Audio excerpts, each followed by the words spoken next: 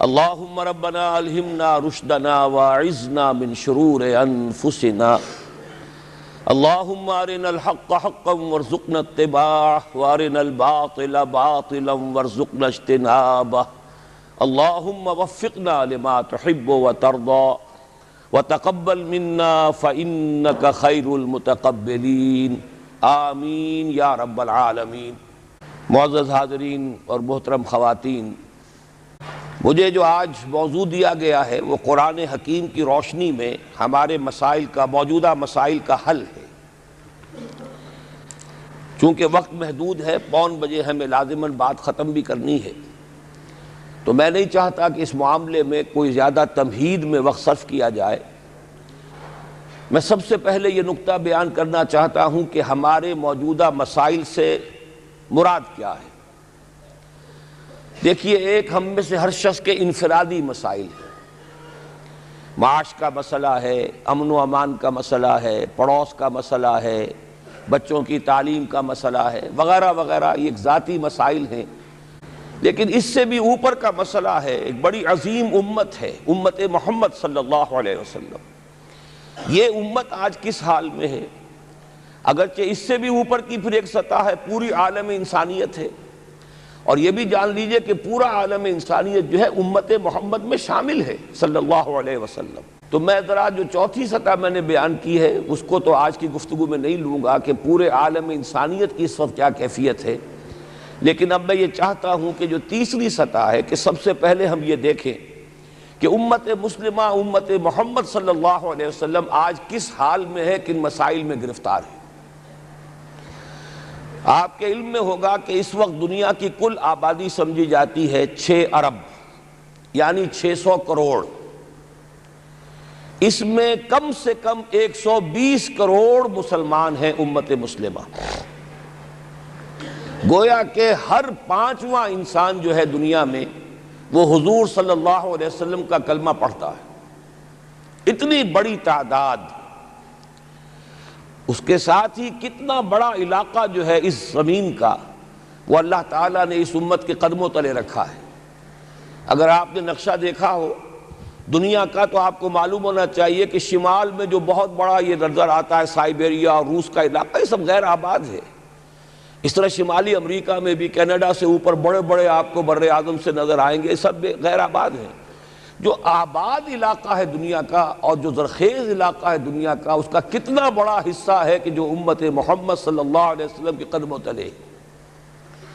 Indonesia, Malaysia سے چلے آئیے، اس کے بعد مسلسل، چاہے کہیں مسلمان اقلیت میں تھوڑے بہت ہیں، لیکن پھر بنگلہ دیش آتا ہے، بڑی عظیم اکثریت کا ملک ہے۔ پھر بھارت میں اگرچہ اقلیت میں ہے لیکن 20 کروڑ مسلمان بھارت میں اس وقت ہے۔ پھر جو پاکستان سے شروع ہوا سلسلہ، افغانستان، ایران، چلتے جائیے ادھر ترکستان، چینی ترکستان، روسی ترکستان، پھر آگے چلیے عالم عرب، افریقہ کا پورا شمالی علاقہ، افریقہ کا تقریباً سارا وسطی علاقہ، یہ سب کیا ہے؟ کتنا بڑا رقبہ ہے، اور ہر طرح کی نعمت اللہ نے دی ہے۔ اس میں نباتات بھی ہیں، اس میں معدنیات بھی ہیں، اور سب سے بڑھ کر آج کی دنیا میں جو اہم ترین شے ہے کہ پیٹرول جو ہے، تیل جو ہے، اس کے سب سے بڑے ذخائر وہ ہیں کہ جو مسلمانوں کے قدمے تلے۔ اتنی تعداد میں ہونے کے باوجود، اتنے وسائل کے پر بظاہر قابض ہونے کے باوجود، سوال یہ ہے کہ کیا آج دنیا میں امت مسلمہ کو عزت حاصل ہے یا یہ ذلیل ہے؟ اسے غلبہ حاصل ہے یا مغلوب ہے؟ اسے کوئی دنیا میں وقار حاصل ہے یا یہ بالکل بے وقار ہو کر رہ گئی؟ یہ بات ہے جو ہمارے سمجھنے کی ہے آج کیوں ذلیل کہ کل تک نہ تھی پسند، گستاخی فرشتہ ہماری جناب میں۔ اس وقت صورت یہ ہو چکی ہے، آپ کو معلوم ہے کہ ہر جگہ پر پسماندگی کا نشان مسلمان ہیں۔ ہمارے سارے وسائل پر دوسروں کا قبضہ ہے۔ ایک ہی شے رہ گئی تھی، تیل، خلیج کا تیل، اس پر بھی آ کر امریکہ کی فوجیں ان کے سر پر بیٹھ گئی ہیں۔ سارا کا سارا تیل اب ان کے قبضے میں ہے۔ ادھر خلیج کے دہانے کے دونوں طرف وہ اپنے مورچے بنا رہے ہیں تاکہ یہاں کسی کا داخلہ نہ ہو سکے۔ بڑے بڑے جتنے لوگ ہمارے ہیں ان سب کی دولت ان کے پاس ہے. کہنے کو تو سلطان اور برونائی دنیا کا امیر ترین آدمی ہے، لیکن دولت ہے کہاں اس کی؟ انویسٹڈ تو وہی ہے، اسی کے بینکوں میں ہے، انہی کی کمپنیوں میں ہے. کسی کے پاس کچھ نہیں ہے. سعودی عرب کے کوئی ڈالرز ہیں تو کہاں ہیں؟ جیسے شہنشاہ ایران کا جو اثاثہ تھا، سرمایہ تھا، جو سارا کا سارا انہوں نے جو ہے وہ فریز کر لیا. تو یہ دولت تو ساری وہی ہے. کہنے کو ہے کہ آپ کے اکاؤنٹ میں اتنا روپیہ ہے، لیکن سوال یہ ہے کہ وہ اکاؤنٹ فی الواقع کس کے قبضے میں ہے؟ پھر آپ کو معلوم ہے کس طریقے سے مسلمانوں کے ساتھ سلوک ہو رہا ہے. ہر جگہ پر جہاں چاہیں، جس طرح چاہیں انہیں ستا لیں. اور ان میں بھی سب سے بڑھ کر جو بات میں آپ سے کہوں گا، آج دنیا میں جتنے بڑے پیمانے پر محمد عربی صلی اللہ علیہ وسلم کی توہین و تذلیل ہوئی ہے، پوری انسانی تاریخ میں نہیں ہوئی. رشدی نے کتاب لکھی، بدترین حملے کیے. کیا رنگیلا رسول کتاب تھی جو لکھی تھی کسی ہندو نے، جس کو کہ ایک مسلمان نے پھر خنجر گھونپ کر اور ہلاک کر دیا تھا. وہ تو کچھ بھی نہیں تھی. اس کتاب کو رنگیلا رسول کو 100 سے ضرب دیجئے تو یہ کتاب بنتی ہے، سیٹنک ورسز. اور وہ ملینز نہیں بلینز کی تعداد میں شائع ہوئی. اس کے خلاف احتجاج اگر کسی نے کیا ہے تو ان کے اوپر جوتے پڑے ہیں، ان پر ڈنڈے پڑے ہیں. پوری مغربی دنیا اس کے پیچھے آ گئی ہے، سپورٹ کیا ہے. لے دے کے ایک ملک نکلا ایران، اس نے کم سے کم یہ کہ اس کے قتل کا فتویٰ تو دیا، لیکن کیا کرے، قتل کرنے کی تو نوبت نہیں آئی. پورا عالم عیسائیت اس کی پشت پناہ ہے، اس کی مدد کر رہا ہے. یہ اتنی بڑی توہین محمد رسول اللہ صلی اللہ علیہ وسلم کی اور آپ کی ازواج مطہرات کی، اور یہ بظاہر ایک ایسے شخص کے ہاتھوں جس کا نام مسلمانوں کا سا ہے، اس کا اتنا بڑے پیمانے پر ہونا. اور پھر یہ کہ مسلمان 120 کروڑ ہونے کے باوجود کچھ نہیں کر سکتے. میں وہ چیزیں نہیں گنوانا چاہتا کہ 15 لاکھ جو ہیں وہ ہمارے افغان بھائی جو ہیں انہوں نے جانیں دیں. فائدہ کس کو پہنچا؟ تاحال امریکہ کو، کہ اس کی جو مد مقابل قوت تھی USSR وہ ختم ہو گئی. اسی طریقے سے جو کچھ کشمیر میں ہو رہا ہے، ہماری بے ہمیتی بے غیرتی کا عالم یہ ہے. زبانی کلامی ہم سے بڑا ہمدرد کوئی نہیں مسلمانان نے کشمیر کا. جس لیڈر کو دیکھو بڑھ چڑھ کر بیان دے گا، لیکن عملاً ہم کیا کر رہے ہیں؟ یہ ساری صورتحال جو میں نے آپ کو بتائی ہے، ویسے تو اب یہ کہ اگر اس میں ایک خاکہ سا میں نے آپ کے سامنے رکھا ہے، اس میں رنگ بھروں تو ظاہر ہے کہ یہ پورا گھنٹہ اسی میں لگ جائے گا. لیکن جو اس کا اصل لب لباب ہے وہ یہ ہے کہ ہم اپنی جگہ بڑے خوش ہیں کہ ہم امت مرحوم ہیں. ہم تو امت محمد ہیں صلی اللہ علیہ وسلم. ہم تو اللہ کے پیارے ہیں، ہم اللہ کے لاڈلے ہیں. ہمیں اللہ کی شفاعت، ہمیں اللہ کے رسول کی شفاعت بھی ملے گی. جنت تو گویا کہ ہمارا پیدائشی مقام ہے.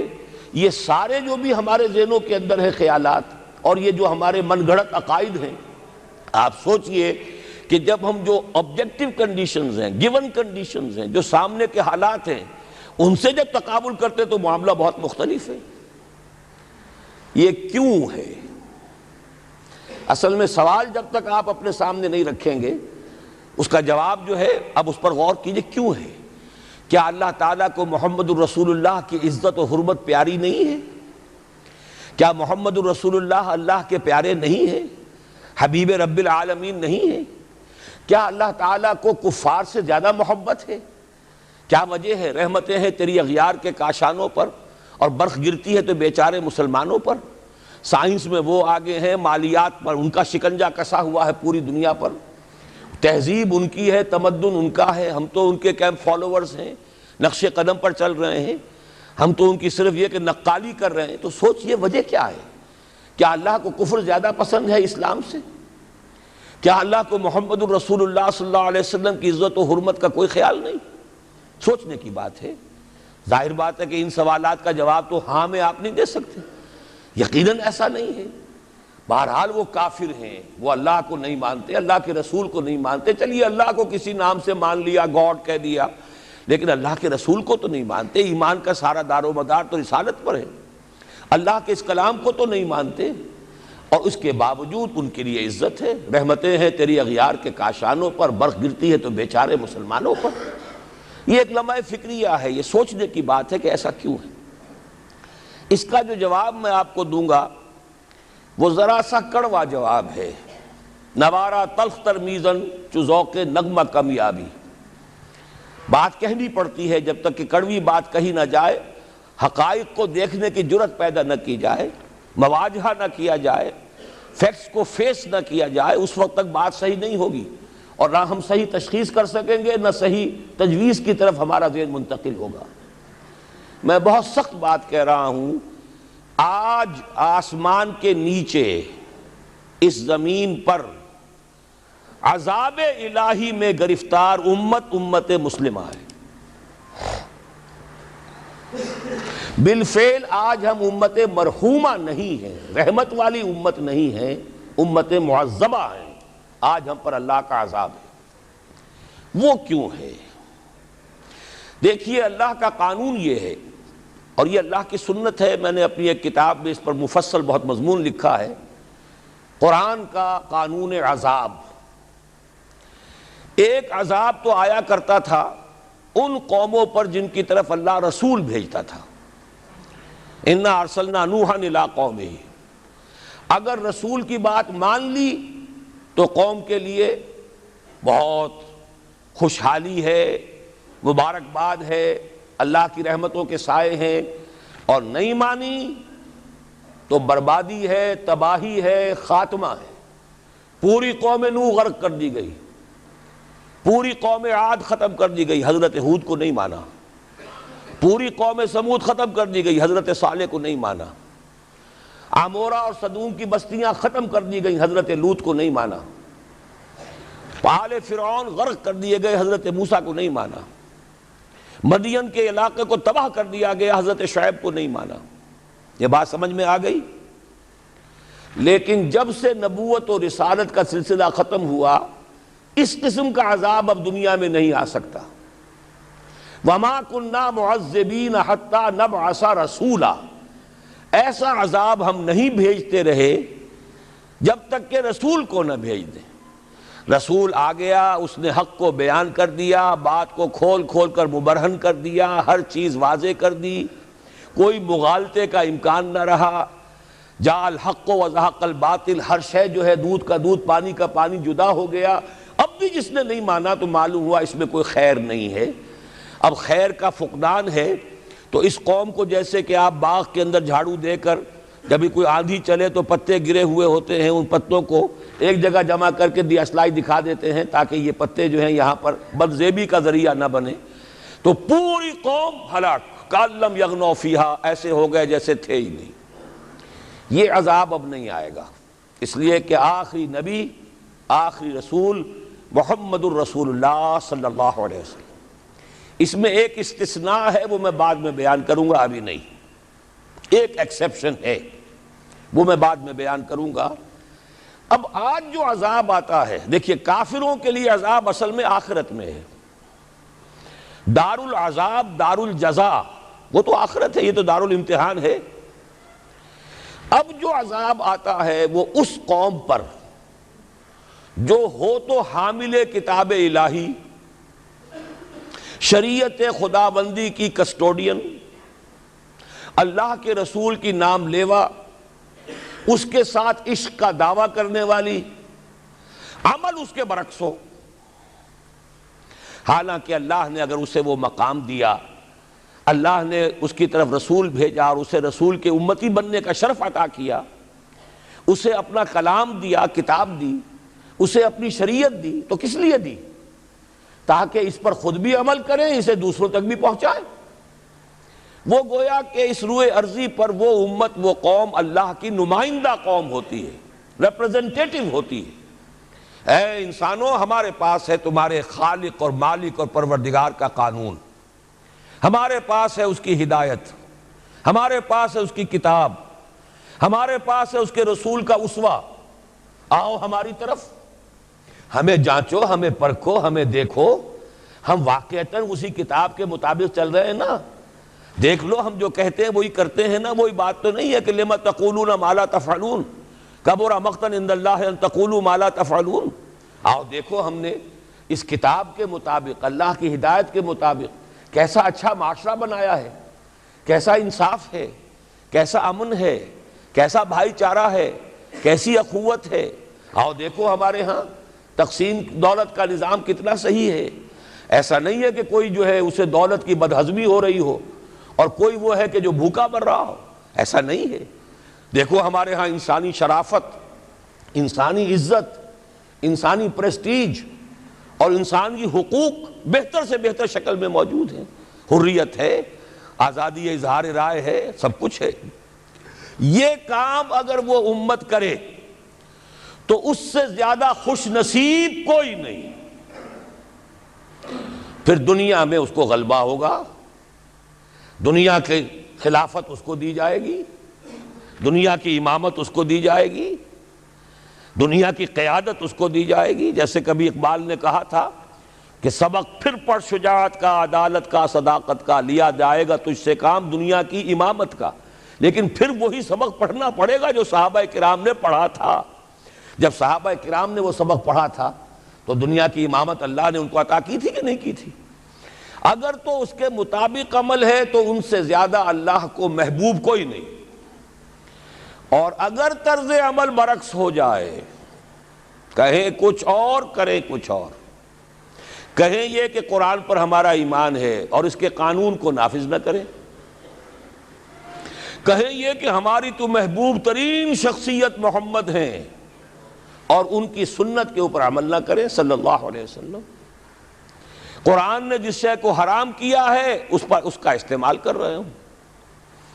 اگر طرز عمل یہ ہو اور یہ طرز عمل اس حد کو پہنچ جائے کہ دنیا تانے دے یہ مسلمان کہاں اسلام دنیا میں ہمیں دکھاؤ، کہاں اسلام؟ یہ مسلمان کیا اسلام پر کاربند ہیں؟ جارج برنارڈ شاہ نے کہا تھا کہ میں جب قرآن پڑھتا ہوں تو محسوس کرتا ہوں اس سے بہتر کتاب کوئی ممکن نہیں، لیکن جب مسلمانوں کو دیکھتا ہوں تو محسوس کرتا ہوں ان سے زیادہ ذلیل قوم دنیا میں کوئی نہیں. یہ کنٹراسٹ ہے جو ہم اپنے وجود سے پیش کر رہے ہیں. کیا اس کی وجہ سے لوگ اسلام کی طرف راغب ہوں گے یا اسلام سے متنفر ہوں گے؟ کیا ہمارا منہ ہوتا ہے ہم باہر جاتے ہیں؟ اسی لیے ہم تو تبلیغ، میں تو کم سے کم وہاں جا کر جو مسلمان کھوئی ہوئی بھیڑیں ہیں امت محمد صلی اللہ علیہ وسلم کی، انہی کو ریکلیم کرنے کی کوشش کرتا ہوں. جیسے کہ حضرت مسیح نے کہا تھا میں تو بنی اسرائیل کے گھرانے کی کھوئی ہوئی بھیڑوں کی تلاش میں آیا ہوں. میرا منہ نہیں ہے کہ میں وہاں کسی امریکن سے بات کروں. وہ یہ کہے گا تم اپنا گھر تو سنوارو، فزیشن ہیل تھائی سیلف. تم ایک چھوٹا سا ملک نہیں چلا سکتے، تم نے اس کا بیڑا غرق کر کے رکھ دیا ہے. تم نے اسے کورٹ آف وارڈ بنوا دیا ہے آئی ایم ایف کا. ہاں یہاں تو گھڑی گھڑی جو ہے قرقمین آتے ہیں آئی ایم ایف کے اور ورلڈ بینک کے قرقی کرنے کے لیے. ہر روز ایک نئی قرقی ہو رہی ہے، ہر روز جو ہے آج پھر گاڑیوں کا کرایہ بڑھ رہا ہے، بجلی کا کرایہ قرقی ہو رہی ہے. عوام کے اندر جو بھی رہا رہ گیا اسے بھی چوسنے کا اور کشید کرنے کے لیے. ایک حکومت کو گرا دو وہ تو بدنام کر دی گئی، دوسری حکومت لے آؤ اس کے ہاتھ میں کچھ کام کروا لو، وہ بدنام ہو جائیں گے تو ان کو بھی ہٹا دینا. ان کا کیا کھیل ہے؟ یہ کھیل کھیلتے رہیں گے اور اس میں یہ ہے کہ اپنی قرقیاں کرتے چلے جاؤ. یہ حال اب کیا میرا منہ ہے کہ میں جا کر وہاں بات کروں؟ تم اپنے گھر کو دیکھو، تم اپنے ملک کو دیکھو. ایک وہ ہے جنہیں تصویر بنا آتی ہے، ایک تم ہو کہ لیا اپنی بھی صورت کو بگاڑ. ایک ہی ساتھ تم آزاد ہوئے تھے، ہندو بھی تھے کہ نہیں تھے. انہوں نے اس ملک کو بنایا ہے، اپنی معیشت کو، اپنی اکانومی کو اپنی بنیادوں پر، اپنے پاؤں پر، اپنے پیروں پر کھڑا کیا ہے. آج جو ہے وہ ایک منی سپر پاور بن چکا ہے. اور وہ کہ ڈرتا تھا پاکستان دو طرف سے ہمیں جو ہے قابو میں کر لے گا. پہلے تقریباً 20 برس جو ہیں ہندوستان کے، بھارت کے کانپتے ہوئے گزرے ہیں پاکستان سے. اب 30 برس سے جو صورتحال ہے وہ آپ کو معلوم ہے. تو صورت یہ ہے کہ جب کوئی قوم جو امت مسلمہ ہو یہ طرز عمل اختیار کرتی ہے تو عذاب اس پر آتا ہے. بڑی کڑوی بات ہے. آج عذاب کفار پر نہیں آ رہا، وہ تو اللہ تعالیٰ ان سے آخرت میں نبٹ لے گا، اور آخرت تو ہے ہمیشہ کی، بڑا سو عذاب تو وہی کا ہے. وَلَعَذَابُ الْآخِرَةِ أَكْبَرُ لَوْ كَانُوا يَعْلَمُونَ. دنیا میں کفار پر عذاب آتا تھا جب کوئی رسول بھیج دیا جائے، اب رسول آئے گا نہیں. ایک ایکسیپشن ہے وہ بعد میں بتاؤں گا. لیکن اب دنیا میں جو عذاب آتا ہے وہ مسلمان امت پر آتا ہے. اب اس کو چونکہ بات بہت کڑوی ہے، تھوڑا سا میں اس کے اندر آپ کے لیے سمجھنا، حلق سے اتارنا اس کڑوی گولی کا آسان کر دوں. دیکھیے ہم سے پہلے بھی ایک امت مسلمہ تھی کہ نہیں؟ ہماری عمر جو ہے امت مسلمہ کی حیثیت سے ابھی 1400 برس ہوئی ہے، 1417 سن ہجری چل رہا ہے نا، اس میں آپ اور حضور کی بعثت 12 برس اور، تو 1430 برس سمجھیے، اس لیے کہ اس وقت جب سے کہ وحی کا آغاز ہوا ہے، یہ ہماری کل تاریخ ہے، ابھی 1450 برس نہیں ہوئی۔ ہم سے پہلی جو امت تھی 2000 برس تک اسی مقام پر فائز رہی، وہ کون تھے؟ بنی اسرائیل، وہ موسیٰ کے امتی تھے، ہم محمد کے امتی ہیں علی نبینا و علیہ الصلوۃ والسلام۔ انہیں تورات دی گئی تھی، ہمیں قرآن دیا گیا ہے۔ نبی ہونے کے اعتبار سے افضل ترین نبی، رسول ہونے کے اعتبار سے اکمل ترین رسول، کتاب ہدایت ہونے کے اعتبار سے جامع ترین کتاب، نوع انسان را پیام آخری حامل او رحمت للعالمین، یہ اپنی جگہ تقابل ہے، لیکن ایک اور اعتبار سے دیکھیے عمر اس کی طویل تھی 2000 برس، ہماری ابھی 1400 برس ہوئی۔ اور دوسری بات، اس امت میں 1400 برس تک کوئی وقت ایسا نہیں گزرا کہ کوئی نبی موجود نہ ہو، سینکڑوں نبی آئے۔ شروع ہوئی ہے 1400 قبل مسیح میں، جب تورات دی گئی حضرت موسیٰ کو، اور آپ کو معلوم ہے اس وقت 2 رسول تھے، موسیٰ بھی اور ہارون بھی علیہ السلام۔ پھر حضور کی حدیث بخاری شریف میں موجود ہے، کانت بنو اسرائیل تسوسہم الانبیاء کلما ہلک نبی خلفہ نبی۔ بنی اسرائیل کی سیاست اور حکومت جو ہے انبیاء کے ہاتھ میں ہوتی تھی، جب بھی کوئی نبی فوت ہوتا تھا دوسرا نبی اس کا قائم مقام، اس کا جانشین ہو جاتا تھا، جیسے داؤد کے بیٹے سلیمان۔ آخری جو نبی آئے ان کے ہاں وہ حضرت مسیح، اور ان کے ہم عصر حضرت یحییٰ علیہ السلام۔ تو یوں سمجھیے 2 سے شروع ہوا، 2 پر ختم ہوا، موسیٰ و ہارون، عیسیٰ و یحییٰ، درمیان میں 1400 برس، اور کوئی وقت ایسا نہیں ہے جب کہ کوئی نبی موجود نہ ہو۔ کیسی امت تھی! اسی لیے میں نے آپ کو بتایا قرآن مجید میں سورہ بقرہ میں 2 جگہ فرمایا ہے، یا بنی اسرائیل اذکروا نعمتی التی انعمت علیکم وانی فضلتکم علی العالمین۔ چھٹا رکوع بھی شروع ہوتا ہے اسی آیت سے سورہ بقرہ کا، اور 15واں رکوع پھر شروع ہوتا ہے اسی آیت سے۔ اے بنی اسرائیل، میرے اس انعام و اکرام کو یاد کرو جو میں نے تم پر کیا، اور میں نے تو تمہیں تمام جہان والوں پر فضیلت دی تھی۔ لیکن وہی بنی اسرائیل جب ان کا طرز عمل کیا ہوا، شریعت کو پس پش ڈال دیا، نبذ فریق من الذین اوتوا الکتاب کتاب اللہ وراء ظہورہم مثل الذین حملوا التوراۃ ثم لم یحملوها کمثل الحمار یحمل اسفارا۔ کتاب سے ناطا توڑ لیا، بس اس کو مقدس کتاب بنا کر رکھ دیا، نہ پڑھنا، نہ سمجھنا، نہ اس پر عمل کرنا، جیسے ہم کرتے ہیں۔ ایصال ثواب کی محفلوں میں کام آتا ہے، یا بچیوں کو وہ جہیز میں دینے کے کام آتا ہے، یا قرات کی محفلیں ہوتی ہیں، مقابلے ہوتے ہیں۔ اللہ اللہ خیر صدہ قرآن مجید سے ہمارا کیا سروکار رہ گیا ہے۔ بآیاتش ترا کار جزی نیست کہ از یاسین او آسا بمیری۔ عیاشیاں کرتے تھے، بدماشیاں کرتے تھے، غلط کام کرتے تھے، لیکن انہیں خیال یہ تھا کہ ہم چونکہ ابراہیم کی نسل سے ہیں، موسیٰ کی امت میں سے ہیں، نحن ابناء اللہ واحباؤہ، ہم تو اللہ کے بیٹوں کے مانندے بڑے چہیتے ہیں۔ اسی پر اللہ نے فرمایا فَلِمَ يُعَذِّبُكُمْ بِذُنُوبِكُمْ بَلْ أَنْتُمْ بَشَرٌ مِّمَّنْ خَلَقَ۔ ایسے ہی تم چہیتے اور لاڈلے ہو تو اللہ تعالیٰ تمہیں عذاب کیوں دیتا رہا ہے؟ تمہیں نیبوکڈ نظر کے ہاتھوں پٹوایا 600 قبل مسیح میں، یوں سمجھیے تقریباً وسط میں آتا ہے یہ معاملہ۔ 1400 قبل مسیح میں تورات دی گئی، اور سمجھیے کہ ایک مسیحی میں حضرت مسیح آ رہی ہے 30 سن عیسوی میں، ان کے درمیان تقریباً وسط میں اشیریوں کے ہاتھوں پٹوایا اور بابلیوں کے ہاتھوں پٹوایا۔ بخت نصر جس کو کہتے ہیں، نیبوکڈ نظر، 6 لاکھ یہودی اس نے قتل کیے یروشلم میں، 6 لاکھ کو قیدی بنا کر لے گیا، ہیکل سلیمانی گرا دیا گیا جو کہ ان کا کعبے کے درجے میں تھا، اور یہ کہ کوئی ایک متنفس نہیں بچا یروشلم میں، کوئی 2 اینٹیں سلامت نہیں رہی۔ انہیں لے گیا بیبیلونیا میں کیپٹیوٹی، پیریڈ آف کیپٹیوٹی. وہاں سے واپس آئے، توبہ کی انہوں نے، حضرت عزیر علیہ السلام کی دعوت توبہ جو ہے، توبہ کی منادی کے نتیجے میں، تو پھر اللہ نے انہیں ایک موقع اور دیا، اور ان کی ایک بڑی عظیم سلطنت قائم ہوئی، مکابی سلطنت.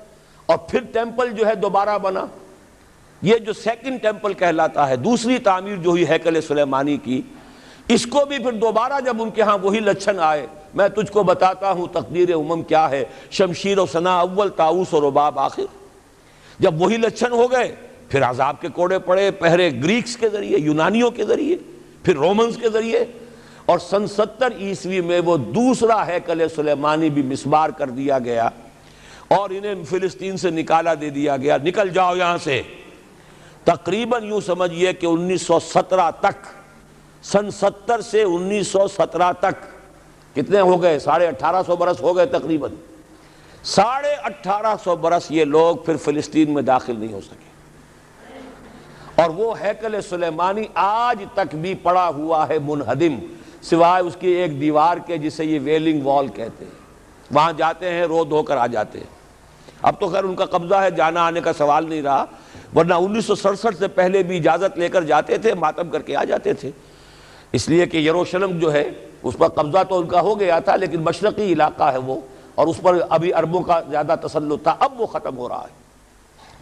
معلوم ہوا کہ وہی قوم جو ہے، جو چہیتی بھی تھی، لاڈلی بھی تھی، خیر الامم تھی، انی فضلتکم علی العالمین کا مصداق تھی، جس پر انعامات تھے، اکرام تھا، جنہیں حضرت داؤد اور سلیمان کی سی حکومتیں دی گئیں، ان سب کا معاملہ کیا ہوا؟ غلط عمل کی وجہ سے، برعکس رویے کی وجہ سے.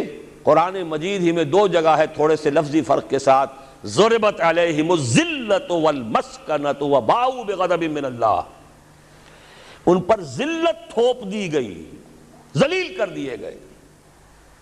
1850 برس تک، پہلے 150 برس تک کیپٹیوٹی میں رہے تھے، اب 1850 برس تک، جسے یہ ڈائسپورا کہتے ہیں، اس میں رہے.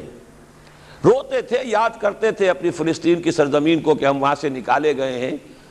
وہ بھی حضرت عمر نے اجازت دی تھی جا کر، جبکہ یروشلم جو ہے ہینڈ اوور کیا ہے وہاں کے عیسائیوں نے، حضرت عمر کے حوالے کیا ہے رضی اللہ تعالی عنہ، تو حضرت عمر نے انہیں آ کر زیارت کرنے کی اجازت دی ہے، ورنہ زیارت کی اجازت بھی نہیں تھی. عیسائیوں نے روکا ہوا تھا، نو جیو کوڈ انٹر جیروشلم. اور وہ جو معاہدہ کیا تھا عیسائیوں نے حضرت عمر سے، یہ ان کی طرف سے شرط تھی کہ آپ یہاں یہودیوں کو آباد ہونے کی اجازت نہیں دیں گے، لیکن کم اینڈ وزٹ، آئیں، زیارت کریں اور جائیں، لیکن یہاں آباد نہیں ہوں گے. یہ قوم جو اونچی تھی، بڑی تھی، فضلتکم علی العالمین تھی، لیکن وہی قوم ضربت علیہم الذلۃ والمسکنۃ وباؤوا بغضب من اللہ، اللہ کے غضب کو لے کر لوٹی. یہ ہے اصل میں وہی معاملہ جو آج ہمارے ساتھ ہے. اللہ کا قانون تو غیر جانبدار ہے. وَلَن تَجِدَ لِسُنَّتِ اللَّهِ تَحْوِيلًا وَلَن تَجِدَ لِسُنَّتِ اللَّهِ تَبْدِيلًا. اللہ کا قانون قوموں اور امتوں کے لیے بدلتا نہیں. وہی صورت ہے، ہمیں بھی کہا گیا کنتم خیر امت اخرجت للناس، تم بہترین امت ہو جسے دنیا والوں کے لیے نکالا گیا ہے. تمہارا کام کیا ہے؟ ہم تو جیتے ہیں کہ دنیا میں تیرا نام رہے، کہیں ممکن ہے کہ ساقی نہ رہے، جام رہے. ہمارا کام تو تھا اس اسلام پر عمل کریں اور دنیا کو دعوت دیں، اپنے عمل میں بھی گواہی دے، آؤ دیکھ لو ہم جو کچھ کہہ رہے ہیں یہ تھیوری نہیں ہے، یہ صرف لفاظی نہیں ہے، یہ شاعری نہیں ہے. اگر محمد رسول اللہ نے فرمایا صلی اللہ علیہ وسلم سید القوم خادمہم، آؤ دیکھ لو مدینے میں ہمارا خلیفہ عمر فاروق خادم ہے کہ نہیں ہے؟ کیا کوئی بادشاہ ہے؟ کیا اس نے کوئی محل بنایا ہے؟ کیا اس کے لیے کوئی خدم و حشم ہے؟ کیا اس کے لیے کوئی باڈی گارڈ ہے؟ کچھ بھی نہیں. جیسی جھونپڑیاں دوسروں کی ہے ویسی جھونپڑا اس کا ہے. جیسے پیبند لگے ہوئے کپڑے دوسروں کے ہیں، بلکہ دوسروں کے بہتر بھی ہوں گے، اس کے کپڑوں میں پیبند لگا ہوا ہے. اس کے نام سے قیصر و کسریٰ کے درباروں میں لرزہ ہے، لیکن اس کی سادگی کا عالم یہ. آؤ دیکھو، see with your own eyes, come here, see it. یہ اگر ہم کرتے اور کر سکتے، جب تک کرتے رہے تو ہم سے اونچا کوئی نہیں، اللہ کا ہم سے بڑھ کر محبوب کوئی نہیں، ہم سے زیادہ امت مرحومہ اور کوئی نہیں. لیکن جب ہم نے برعکس روش اختیار کی تو کیا ہوا؟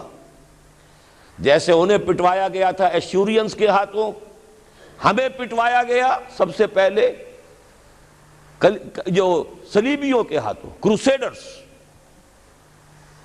کئی لاکھ مسلمان قتل ہوا کروسیڈز کے اندر۔ جب پہلی مرتبہ عیسائیوں نے قبضہ کیا یروشلم پر، تقریباً 90 برس 88 برس عیسائیوں کے قبضے میں رہا ہے، اب وہ دوبارہ چلا گیا یہودیوں کے قبضے میں۔ اس وقت جو ہے اتنا قتل عام ہوا تھا عربوں کا اور مسلمانوں کا یروشلم میں کہ جب فاتحین کے گھوڑے داخل ہوئے ہیں شہر کے اندر تو گلیوں کے اندر ان کے گھٹنوں تک خون کی نہر بہہ رہی تھی۔ اس کے بعد آیا فتنہ تاتار، کروڑوں مسلمان قتل ہوئے، یہ لاکھوں کی بات نہیں ہے، کروڑوں مسلمان۔ پورا روسی ترکستان کا علاقہ ختم ہوا، افغانستان ختم ہوا، ایران ختم ہوا، عراق ختم ہوا، 4 عظیم مملکتیں۔ اور آخری خلیفہ بنو عباس کا وہ گھسیٹ کر نکالا گیا اپنے محل سے، مستعصم باللہ۔ ویسے تو نسلاً تو حضور کے چچا کی نسل سے تھا، عباسی تھا، حضرت عباس رضی اللہ تعالی عنہ کی نسل سے ہے، مستعصم باللہ، لیکن اس کو گھسیٹ کر نکالا گیا ایک جانور کی کھال کے اندر لپیٹ کر، اور تاتاریوں نے اپنے گھوڑوں کے سموں تلے اسے کچل دیا۔ وہ دن اور آج کا دن پھر امت مسلمہ کی قیادت عربوں سے چھین لی گئی۔ اس کے بعد اللہ نے پھر کرم فرمایا، پھر کچھ اولیاء اللہ کے ذریعے سے، کچھ صوفیاء کے ذریعے سے اتنا بڑا معجزہ ہو گیا، جیسا کہ حضرت عزیر علیہ السلام کے ذریعے سے ہوا تھا کہ یہود میں دوبارہ انابت اللہ، توبہ کا جذبہ پیدا ہو گیا۔ ایسے ہی کچھ صوفیاء کرام کے ذریعے سے، نیک لوگوں کے ذریعے سے، اللہ والوں کے ذریعے سے، وہی تاتاری جنہوں نے کروڑوں مسلمانوں کو قتل کیا تھا خود مسلمان ہو گئے۔ ہے آیا فتنہ تاتار کے افسانے سے، پاسباں مل گئے کعبے کو صنم خانے سے۔ پھر غلبہ ہوا، پھر ترکوں کی عظیم حکومتیں قائم ہوئی، ترکان تیموری، Terken Usmani, Terken Seljuqi, Terken صفوی۔ عرب تو معزول ہو گئے تھے، لیکن ترکوں کی زیر قیادت پھر گریٹ آٹومان امپائر بھی قائم ہوئی۔ اس کے بعد پھر جب وہ ترکوں کے اندر بھی وہی بادشاہت، وہی عیاشیاں، وہی محل بن رہے ہیں، وہی جو ہے توپ کاپی محل جا کر دیکھ لیجئے، وہی عیاشیاں شروع ہو گئی، وہی عللے تللے ہو گئے، وہی ظلم شروع ہو گئے، تو پھر اللہ نے دوبارہ پھر ہمیں یورپی اقوام کے ہاتھوں ذلیل کیا، کہیں انگریزوں کے غلام، کہیں فرانسیسیوں کے غلام، کہیں اطالویوں کے غلام، کہیں ولندیزیوں کے غلام۔ پورا عالم اسلام اس صدی کے آغاز میں پہلی جنگ عظیم کے بعد پورا عالم اسلام غلامی میں تھا، سوائے نجد کا ایک علاقہ تھا کہ نجد میں ابھی تیل برآمد نہیں ہوا تھا، ورنہ سب سے پہلے پنجے وہاں گڑتے، وہاں ریت میں جا کے لینا کیا تھا۔ باقی تو یہ ہندوستان غلام ہے، انڈونیشیا غلام ہے، سب کے سب، یہ جاوا، سماٹرا، چلتے جائیے، سب غلام ہیں۔ اس کے بعد ایران چاہے براہ راست غلامی نہیں تھی لیکن انگریزوں کے انتداب میں تھا، کنٹرول انہی کا تھا۔ عراق پر انگریزوں کا کنٹرول تھا۔ اسی طریقے سے یہ ساری جو عرب مملکتیں ہیں یہ انگریزوں کے زیر اثر تھی، اور یا یہ کہ فرانسیسیوں کے زیر اثر تھی۔ شمالی افریقہ یا فرانسیسیوں کا تھا یا اسپین کا تھا، اور یا یہ کہ اطالویوں کا تھا، لیبیا۔ یہ حال ہمارا ہوا۔ یہ ہے اصل سبب اور یہ ہے معاملہ، جس میں اب میں آخری بات اس موضوع پر کہہ دینا چاہتا ہوں۔ یہ پروسیس بہت جلد ایک بہت بڑی کلائمیکس کو اور بہت بڑی انتہا کو پہنچنے والا ہے۔ وہ انتہا کیا ہے؟ دیکھیے، میں نے جو کہا تھا کہ ایک استثناء ہے، ایک قوم، ایک امت ایسی ہے کہ جس نے اپنے رسول کو رد کیا اور اسے ہلاک نہیں کیا گیا۔ حضرت نوح کی قوم غرق، حضرت ہود کی قوم ختم، حضرت صالح کی قوم ختم، حضرت شعیب کی قوم ختم، آل فرعون ختم۔ یہود وہ امت ہے کہ معزول تو ہو گئی، جیسے ہی حضور آ گئے قرآن لے کر معزول ہو گئے۔ وہ جیسے کوئی ایک منصب ہے، اس منصب سے معزول کر دیے گئے، قتل نہیں کیا گیا، انہیں زندہ رکھا گیا۔ منصب تو اب قرآن آ گیا، محمد الرسول اللہ آ گئے صلی اللہ علیہ وسلم، اور کعبے کے گرد ایک نئی امت۔ وَكَذَلِكَ جَعَلْنَاكُمْ أُمَّةً وَسَطًا لِتَكُونُوا شُهَدَاءَ عَلَى النَّاسِ وَيَكُونَ الرَّسُولُ عَلَيْكُمْ شَهِيدًا۔ اگرچہ یہ امت 600 برس قبل قتل اور ختم ہونے کی مستحق ہو چکی تھی. کیوں؟ 600 برس قبل آئے تھے حضرت مسیح علیہ السلام، اور قرآن میں بھی ہے اور موجودہ بائبل میں بھی ہے کہ حضرت مسیح کو اسرائیل ہی کی طرف بھیجا گیا. صرف سورہ آل عمران میں ہے رسولاً الی بنی اسرائیل. یہ تو صرف محمد الرسول اللہ صلی اللہ علیہ وسلم ہے جنہیں پورے عالم انسانیت کی طرف بھیجا گیا. کوئی اور رسول تمام انسانوں کے لیے مبعوث نہیں ہوا. اور ابھی بائبل میں موجود ہے کہ میں صرف اسرائیل کے گھرانے کی کھوئی ہوئی بھیڑوں کی تلاش میں آیا ہوں. اسی لیے میں نے کہا تھا میں بھی امریکہ وغیرہ جاتا ہوں تو یہ اپنے پاکستانی ہندوستانی بھائی جو ہیں یہ کھوئی ہوئی بھیڑیں وہاں جا کر جو ہیں وہ گم ہو گئی ہیں ان گمشدہ بھیڑوں کی تلاش میں. تو اس کو اچھی طرح سمجھ لیجئے، حضرت مسیح کی بعثت تھی بنی اسرائیل کی طرف، اور بنی اسرائیل نے نہ صرف یہ کہ ان کو مانا نہیں بلکہ الٹا اپنے بس پڑتے سولی پر چڑھا دیا. اپنے بس پڑتے، اس میرے الفاظ کو نوٹ کر لیجئے. گویا کہ یہ اب اس عذاب استیصال آخری ہلاکت والے عذاب کے مستحق ہو گئے. لیکن یہ پوری انبیاء اور رسل کی تاریخ میں ایک استثناء ہے کہ اس میں جیسے آج کل ہم کہتے ہیں ججمنٹ ریزروڈ، حضرت مسیح کو اللہ نے زندہ اٹھا لیا، یہود کے اوپر لعنت تو کر دی، ختم نہیں کیا. سمجھ رہے ہیں میری بات کو؟ سن 70 سے ان پر عذاب آیا، حضرت مسیح سن 33 عیسوی میں اٹھائے گئے. سن 70 میں عذاب آ گیا ٹائٹس رومی کے ہاتھوں، وہ ہیکل سلیمانی بھی پھر دوبارہ گر گیا اور انہیں نکال دیا گیا ڈائسپورا سن 70 سے. لیکن ختم نہیں کیا گیا. یہ استثناء ہوا ہے. کیوں ہوا ہے؟ یہ بات پھر دوسری میری آج کی گفتگو میں بڑی کڑوی بات ہے، بہت کڑوی بات ہے. یہ جو دوسری امت جو جس سے کہ میں اور آپ ہیں، اور جو بہترین امت ہے، کنتم خیر امت، یہ جب طرز عمل وہی اختیار کرے گی جو یہودیوں نے کیا تھا، ان کو سزا ان ملعونوں کے ہاتھوں دلوائی جائے گی. بات سمجھ لیجئے میری. آپ کو معلوم ہے پھانسی کا پھندا کون ڈالتا ہے؟ چوڑا. اور ہندوستان میں مجھے بتایا مولانا امین حسن اصلاحی صاحب نے، وہ مشرقی یو پی سے ان کا تعلق ہے، اعظم گڑھ سے، کہ ہمارے علاقے میں یہ رواج تھا کہ اگر کوئی راجپوت شخص کوئی بہت گھناونا کوئی کام کرتا تھا تو اس کو جوتے لگواتے تھے چمار کے ہاتھوں. راجپوت کے سر پر راجپوت کا جوتا پڑا تو چلیے جوتا تو ہے لیکن ہے تو راجپوت کا.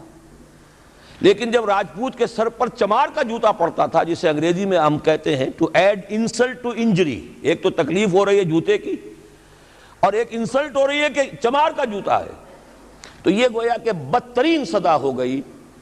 یہ امت جتنی اونچی ہے، جس کے رتبے ہیں سوا، اس کی سوا مشکل ہے. جس کا مقام بلند ہے اسی اعتبار سے ان کو پھر سزا بھی سخت ملتی ہے. صاف فرما دیا اللہ تعالیٰ نے سورہ احزاب میں، اے نبی کی بیویوں تم عام لوگوں کی طرح نہیں ہو، لستم کاحد من النساء، لستن کاحد من النساء. اگر تم نے کوئی غلط حرکت کی دوہرا عذاب ملے گا. اور بات صحیح ہے، جن کے رتبے ہیں سوا ان کی سوا مشکل ہے. اس امت کو عذاب کے کوڑے مارنے والی قوم وہ ملعون اور مغضوب علیہم قوم ہے، جس کے لیے قرآن مجید 2 دفعہ کہتا ہے ضربت علیہم الذلۃ والمسکنۃ وباؤوا بغضب من اللہ. اور یہ کوڑے بہت زبردست شکل میں ابھی آنے والے ہیں. میری بات اب آپ نے سمجھ لی کیوں رکھا گیا یہود کو، یہ جلاد کیوں سنبھال کے رکھے گئے. انہیں بھی سزا دی گئی. اس صدی میں بھی ہٹلر کے ہاتھوں میں بھی 6 ملین 60 لاکھ اس نے ختم کیے. ان پر تو سزا کا سلسلہ چلتا رہا. ایکسٹرمینیٹ نہیں کیا، ختم نہیں کیا، باقی رکھا ہے. اس لیے کہ ان کو کوڑا بنا کر امت مسلمہ کی پیٹھ پر مارنا ہے کہ تمہارا رتبہ، تم محمد کے امتی صلی اللہ علیہ وسلم، ہمارے آخری رسول، ہمارے اکمل رسول، ہمارے خاتم النبیین، خیر البشر، اور ان کی امت ہو کر تمہارا حال یہ ہے. تو تم سزا کے مستحق جو ہو. وہ سزا ہے کہ جو اچھی طرح سمجھ لیجئے ہماری حال جو اس صدی کے آخر میں شروع میں ہوا تھا کہ تمام مسلمان غلام، اس غلامی کے اوپر جو مزید کوڑا تیار ہوا 1917 میں بالفور ڈیکلریشن کے ذریعے سے برطانیہ نے اجازت دے دی کہ یہودی آ سکتے ہیں، اب فلسطین میں آ کر آباد ہو سکتے ہیں، وہ مکان خرید سکتے ہیں، جائیداد خرید سکتے ہیں، زمینیں خرید سکتے ہیں. 1971 اس پر اندیشہ تھا کہ کہیں اگر خلیفہ عثمانی نے جہاد کا اعلان کر دیا، اس لیے کہ سلطان عبدالحمید کو بڑی سے بڑی رشوتیں پیش کر کے دیکھ لیا تھا انہوں نے کہ یہ جو ہمارے اوپر پابندی ہے کہ ہم فلسطین میں آباد نہیں ہو سکتے، جو کہو ہم تمہیں دولت دینے کو تیار ہے، یہ پابندی ختم کر دو. سلطان عبدالحمید ویسے جو بھی کچھ تھے چھوڑ دیجئے، لیکن یہ کہ اس نے کہا کہ جو معاہدہ عمر نے کیا تھا رضی اللہ تعالی عنہ میں پیچھے نہیں جاؤں گا. لہذا خلافت ختم کروا دی، اور کروائی کس کے ہاتھوں؟ ایک مسلمان کے ہاتھوں. اس لیے کہ فری میسن تھا مصطفیٰ کمال پاشا، فری میسن. یہ سب یہودیوں کے ادارے. چاک کر دی ترک ناداں نے خلافت کی قبا، سادگی اپنوں کی دیکھ اوروں کی عیاری بھی دیکھ.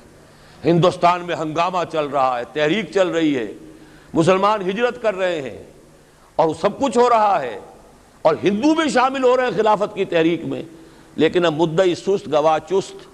جب مصطفیٰ کمال نے خود ختم کر دی تو سب پانی پڑ گیا آگ کے اوپر. اب کیا بولیں، کس کو برا کریں؟ اس کے بعد 1948 میں ان کی ریاست قائم ہو گئی اسرائیل. کتنے برس بعد؟ ریاست تو خیر اس وقت بھی ان کی نہیں تھی جبکہ ٹائٹس نے ختم کیا ہے، وہ تو بہت پہلے کی بات تھی. تقریباً 2000 سال بعد اسرائیل 1967 میں جنگ کروائی، اور یہ بالکل صدام کی طرح کا مسئلہ تھا. 1967 کی جنگ میں ایک سازش تھی. انہوں نے بطور مہرہ استعمال کیا جمال عبد الناصر کو، جس نے اچانک جو ہے ایلات کی بندرگاہ کو بلاک کر دیا. 1967 اس پر جھپٹا مارا ہے اسرائیل نے. ادھر سے سینائی لے لیا، ادھر سے گولان ہائٹس لے لیے، ادھر سے جو ہے West Bank of Jerusalem, West Bank of Jordan لے لیا. یہ سن 67 کی بات ہے.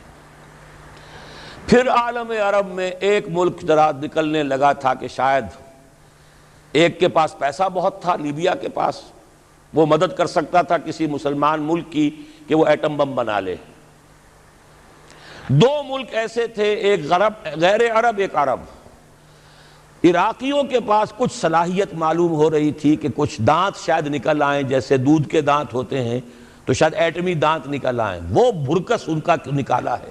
ایک دفعہ جا کر آپ کو یاد ہوگا ہوائی جہاز گئے اور سب کا تہس نہس کر کے آ گئے، اور وہ سخت جان قوم نکلی. انہوں نے پھر کچھ بنا لیا تو پھر وہی 100 دام، 100 دام جال، پھر وہ 100 دام جو ہے جال کی شکل بچھا کر، اور جو پھنسایا ہے تو اگلا پچھلا کھایا پیا سارا اگلوا لیا.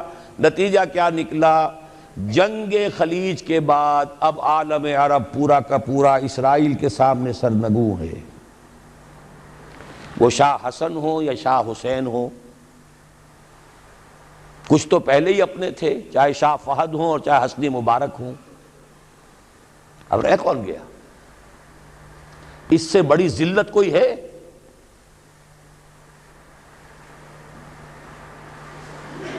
جن کے ساتھ ایک میز پر بیٹھنے کو تیار نہیں تھے، جن کے ساتھ گفتگو کو تیار نہیں تھے، اور بلا کر کہاں کھڑا کیا ہے؟ آؤ میڈرڈ میں، اسپین میں آؤ. اسپین سے شروع کروائیں گفتگو. اور اسپین کون سی جگہ ہے؟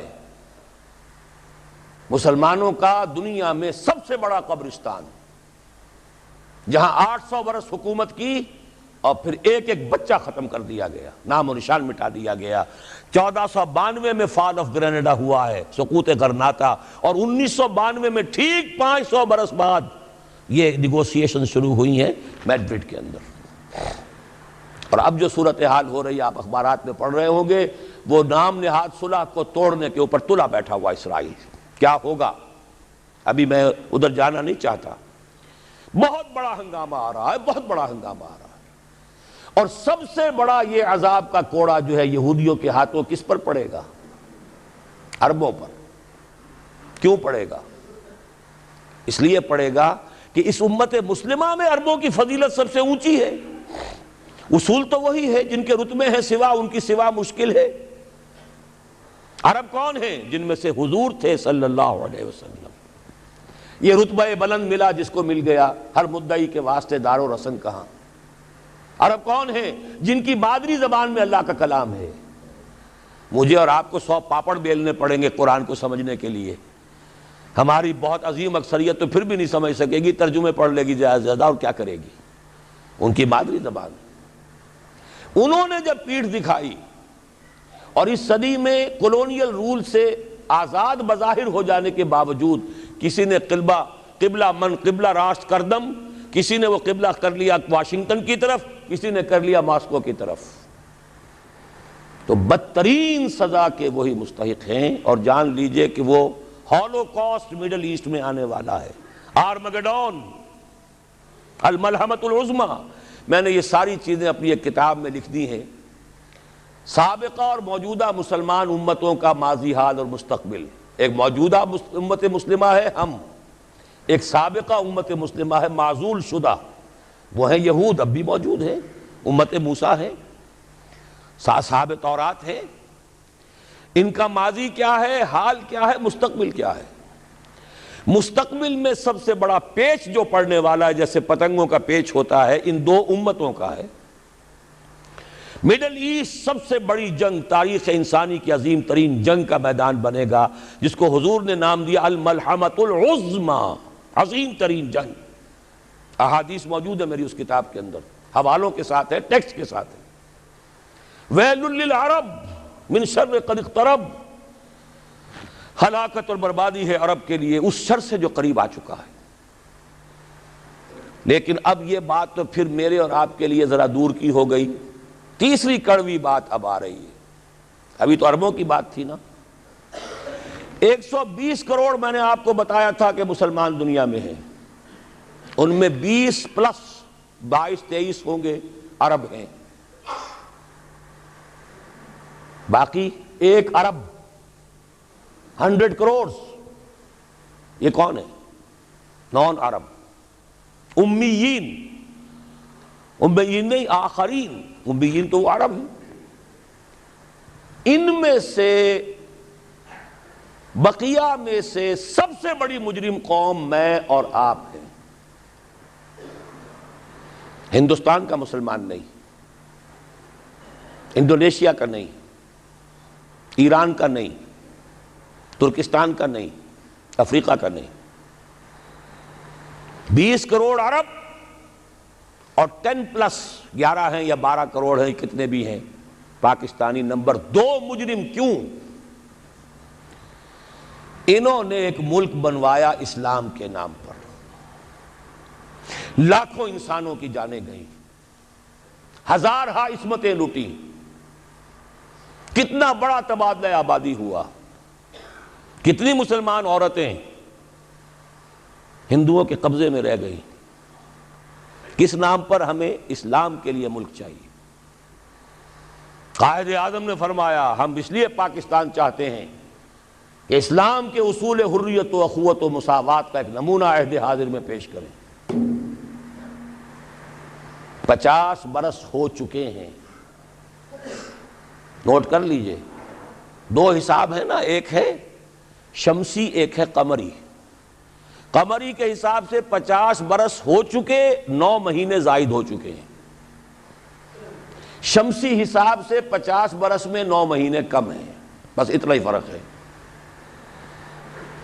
اگلے اگست میں ہو جائے گا نا 50 برس کرسچین ایرا سے. 1997 1947 اگست تک کتنے مہینے رہ گئے؟ اور قمری حساب سے جو گزشتہ رمضان مبارک تھا اس کی 27ویں کو 50 مکمل ہو چکے، آگے 9 مہینے اور گزر چکے. ہم بالکل بیچ میں بیٹھے اس وقت. تو اسلام کہاں ہے؟ پاکستان بننے کے بعد ایمانداری سے دیکھیے کس چیز میں اضافہ ہوا ہے. بدماشی، عیاشی، جھوٹ، فحاشی، عریانی، بے پردگی، غبن، بد امنی، لوٹ مار، بڑے سے بڑے جرائم، گھناونے سے گھناونے جرائم، سب میں اضافہ۔ وہ اصول حریت و اخوت مساوات کہاں ہیں؟ ساری معیشت سود پر، اللہ اور اس کے رسول کے خلاف اعلان جنگ۔ آج ہم آئی ایم ایف کی ایک اسامی ہے، کورٹ آف وارڈ ہے، کتنے کھل کر باتیں ہمارے وزراء کر رہے ہیں، ہمارے لیے کوئی اور چارہ کار ہے ہی نہیں۔ میں ابھی سکھر میں تھا، وہاں ایک مذاکرہ دیکھنے کا مجھے موقع مل گیا ٹی وی پر، صاف کہہ رہے تھے وہ دانشور، وہ تو ہمارے لیے کوئی اور چارہ کار نہیں، ہمارے لیے مفید یہی ہے جو کچھ ہو رہا ہے، آئی ایم ایف ہی ہمیں بچائے گا، اور واقعتاً بچائے گا۔ کیوں بچائے گا؟ آپ کے لیے نہیں بچائے گا، اپنے لیے بچائے گا۔ اسے آپ کے اندر سے اپنا خون نکالنا ہے، اگر مرنے دیں گے تو خون کہاں سے لیں گے؟ they will keep you، لیکن رکھیں گے اسی طریقے سے کہ خون کشید کرتے چلے جائیں، کبھی بجلی کا کرایہ، کبھی گاڑیوں کا کرایہ، کبھی اس کا کرایہ، کبھی اس کا کرایہ، کبھی اس کا ریٹ، کبھی اس کا ریٹ، کبھی ڈاک کے ریٹ، خون چوسنے کے لیے۔ یہ صورتحال جو ہے یہ ہماری آخر کس کی ہے؟ کس نے کیا یہ؟ کیا اللہ ظالم ہے؟ کیا ہم مجرم نہیں ہیں اس کے؟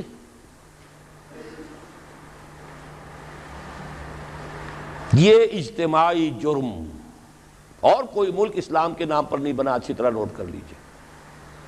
انڈونیشیا میں تحریک چلی، وہ ملائی نیشنلزم کے نام پر، ملے نیشنلزم۔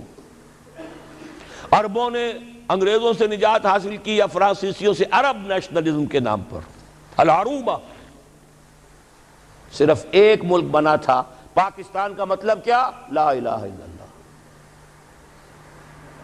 اور آج یہی وجہ ہے کہ کم سے کم عربوں کے ہاں خوشحالی تو ہے، جو ذلت آئی ہے ابھی ان پر، اور مسکنت آئی ہے، کر کچھ نہیں سکتے، بے بس ہو گئے۔ جزیرہ نما عرب میں آج یہود اور عیسائی دندناتے پھر رہے ہیں، ان کے فوجی مراکز قائم ہو چکے ہیں، نجد کے پورے علاقے کے اوپر ان کا قبضہ ہے اس وقت۔ ذلت ہی ہے نا۔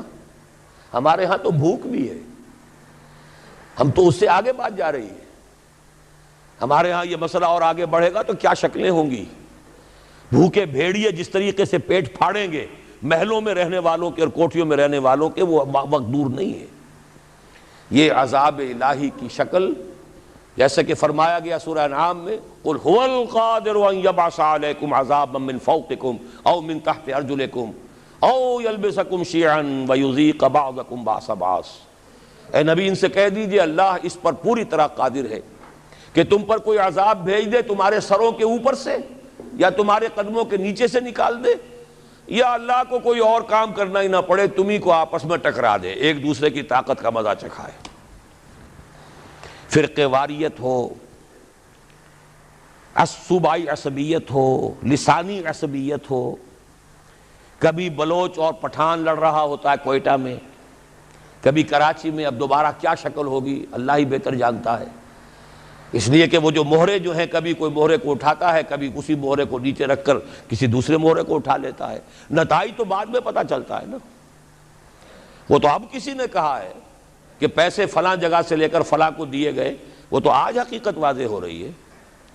تو اچھی طریقے سے سمجھ لیجئے کہ یہ سب عذاب الہی کی شکلیں ہیں۔ میرا تو اب تک کے ساری گفتگو کا خلاصہ کیا ہے؟ آج ہم امت مرحومہ نہیں ہیں، امت معذبہ ہیں۔ ورنہ اللہ کو ہم پر رحم فرمانا ہو اور امریکہ ہمارے اوپر کوئی سختی لا سکے، معاذ اللہ ثم معاذ اللہ، اللہ ہماری بھلائی چاہے اور کوئی ہماری برائی کر سکے، ناممکن۔ جو کچھ ہے اللہ کی طرف سے۔ لما يعذبكم بذنوبكم بل انتم بشر ممن خلق۔ تم اپنی جگہ پھرنے خواہ بنے بیٹھے رہو، ہم تو امت مرحومہ ہیں، ہم تو اللہ کے پیارے ہیں، لاڈلے ہیں۔ قالت الیہود والنصارى نحن ابناء اللہ واحباؤہ قل فلم يعذبكم بذنوبكم بل انتم بشر ممن خلق۔ پھر اللہ تمہارے گناہوں کی پاداش میں تمہیں سزا کیوں دے رہا ہے، عذاب کیوں دے رہا ہے؟ تم بھی ایسے ہی انسان ہو جیسے دوسرے انسان اللہ نے بنائے ہیں۔ یہ ہے ہمارا اصل مسئلہ۔ دیکھیے انفرادی مسئلے بھی ہیں، پیٹ کا مسئلہ بھی ہے، چھت کا مسئلہ بھی ہے۔ ہر انسان چاہتا ہے کہ کوئی رین بسیرا ہو، کوئی چھت ہو، ضروری ہے۔ شریعت نے بھی یہ حقوق دیے ہیں۔ کوئی لباس کو ڈھانپنے کے لیے، کپڑے جسم کو ڈھانپنے کے لیے لباس بھی چاہیے، یہ ہے مسائل۔ لیکن یہ ہے کہ ایک ہے انفرادی مسائل سے اوپر اس قوم کے مسائل، ملک کے مسائل۔ وہاں اگر عذاب آئے گا یہودیوں کے ہاتھوں، یہاں آئے گا ہندوؤں کے ہاتھوں۔ میں نے اپنی اس کتاب کو ختم اس پر کیا ہے۔ 3 امکانات ہیں پاکستان کے لیے، جو کچھ ہم اب تک کر چکے ہیں، جو ہم نے عہد وعدہ خلافی کی ہے۔ ہم نے اب تک وہ اسلام نافذ نہیں کیا، وعدہ خلافی کی ہے۔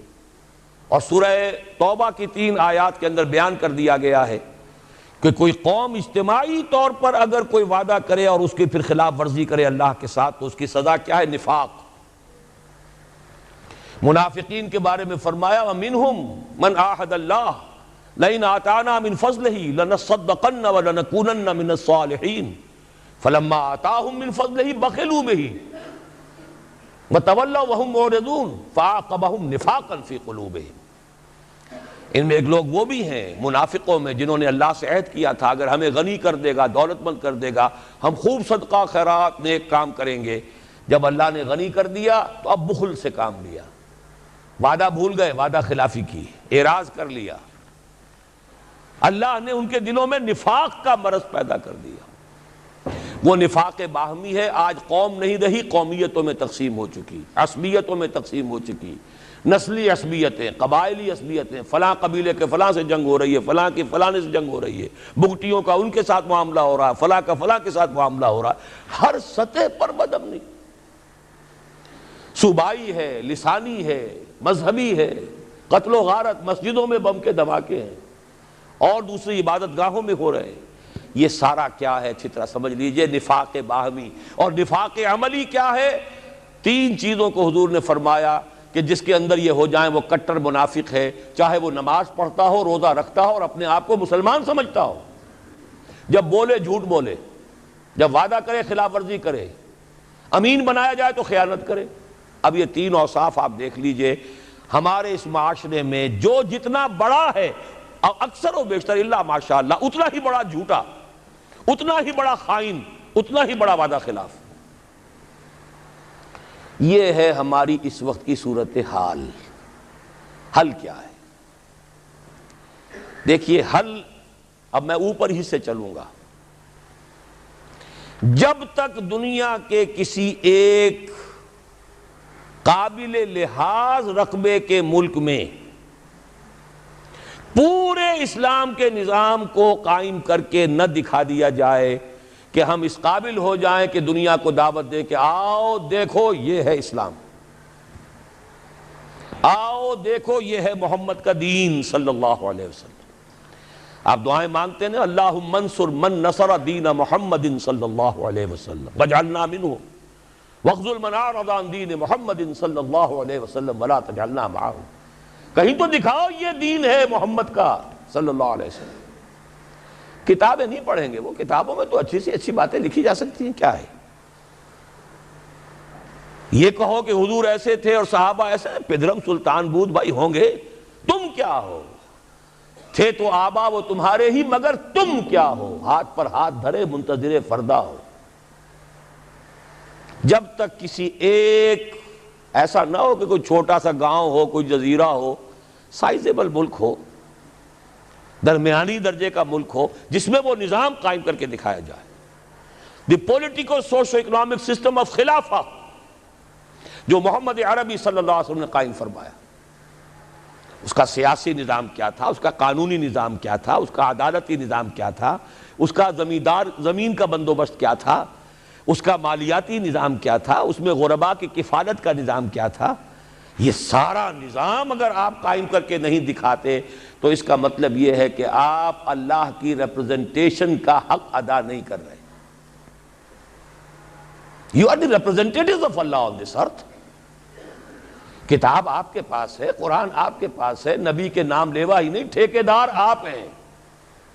سارے نبیوں سے افضل ہمارا نبی، سارے نبیوں سے افضل ہمارا نبی، یہ ترانے گانے سے تو نہیں بات بنتی، ذرا ان کا کوئی کردار، ان کے جھلک کوئی اپنے اخلاق میں، اپنے کردار میں بھی تو دکھاؤ، اپنے معاشرے میں بھی تو دکھاؤ۔ یقیناً افضل ہیں، اس میں کیا شک ہے، سید البشر ہیں، افضل المرسلین ہیں، اکمل الرسل ہیں، خاتم النبیین ہیں، کیا شک ہے اس میں، لیکن دکھاؤ تو صحیح بھائی۔ تو جب تک ہم یہ نہیں کرتے ہم مجرم ہیں، ہماری سزا شکلیں بدلے گی، پڑھتے رہیں گے کوڑے۔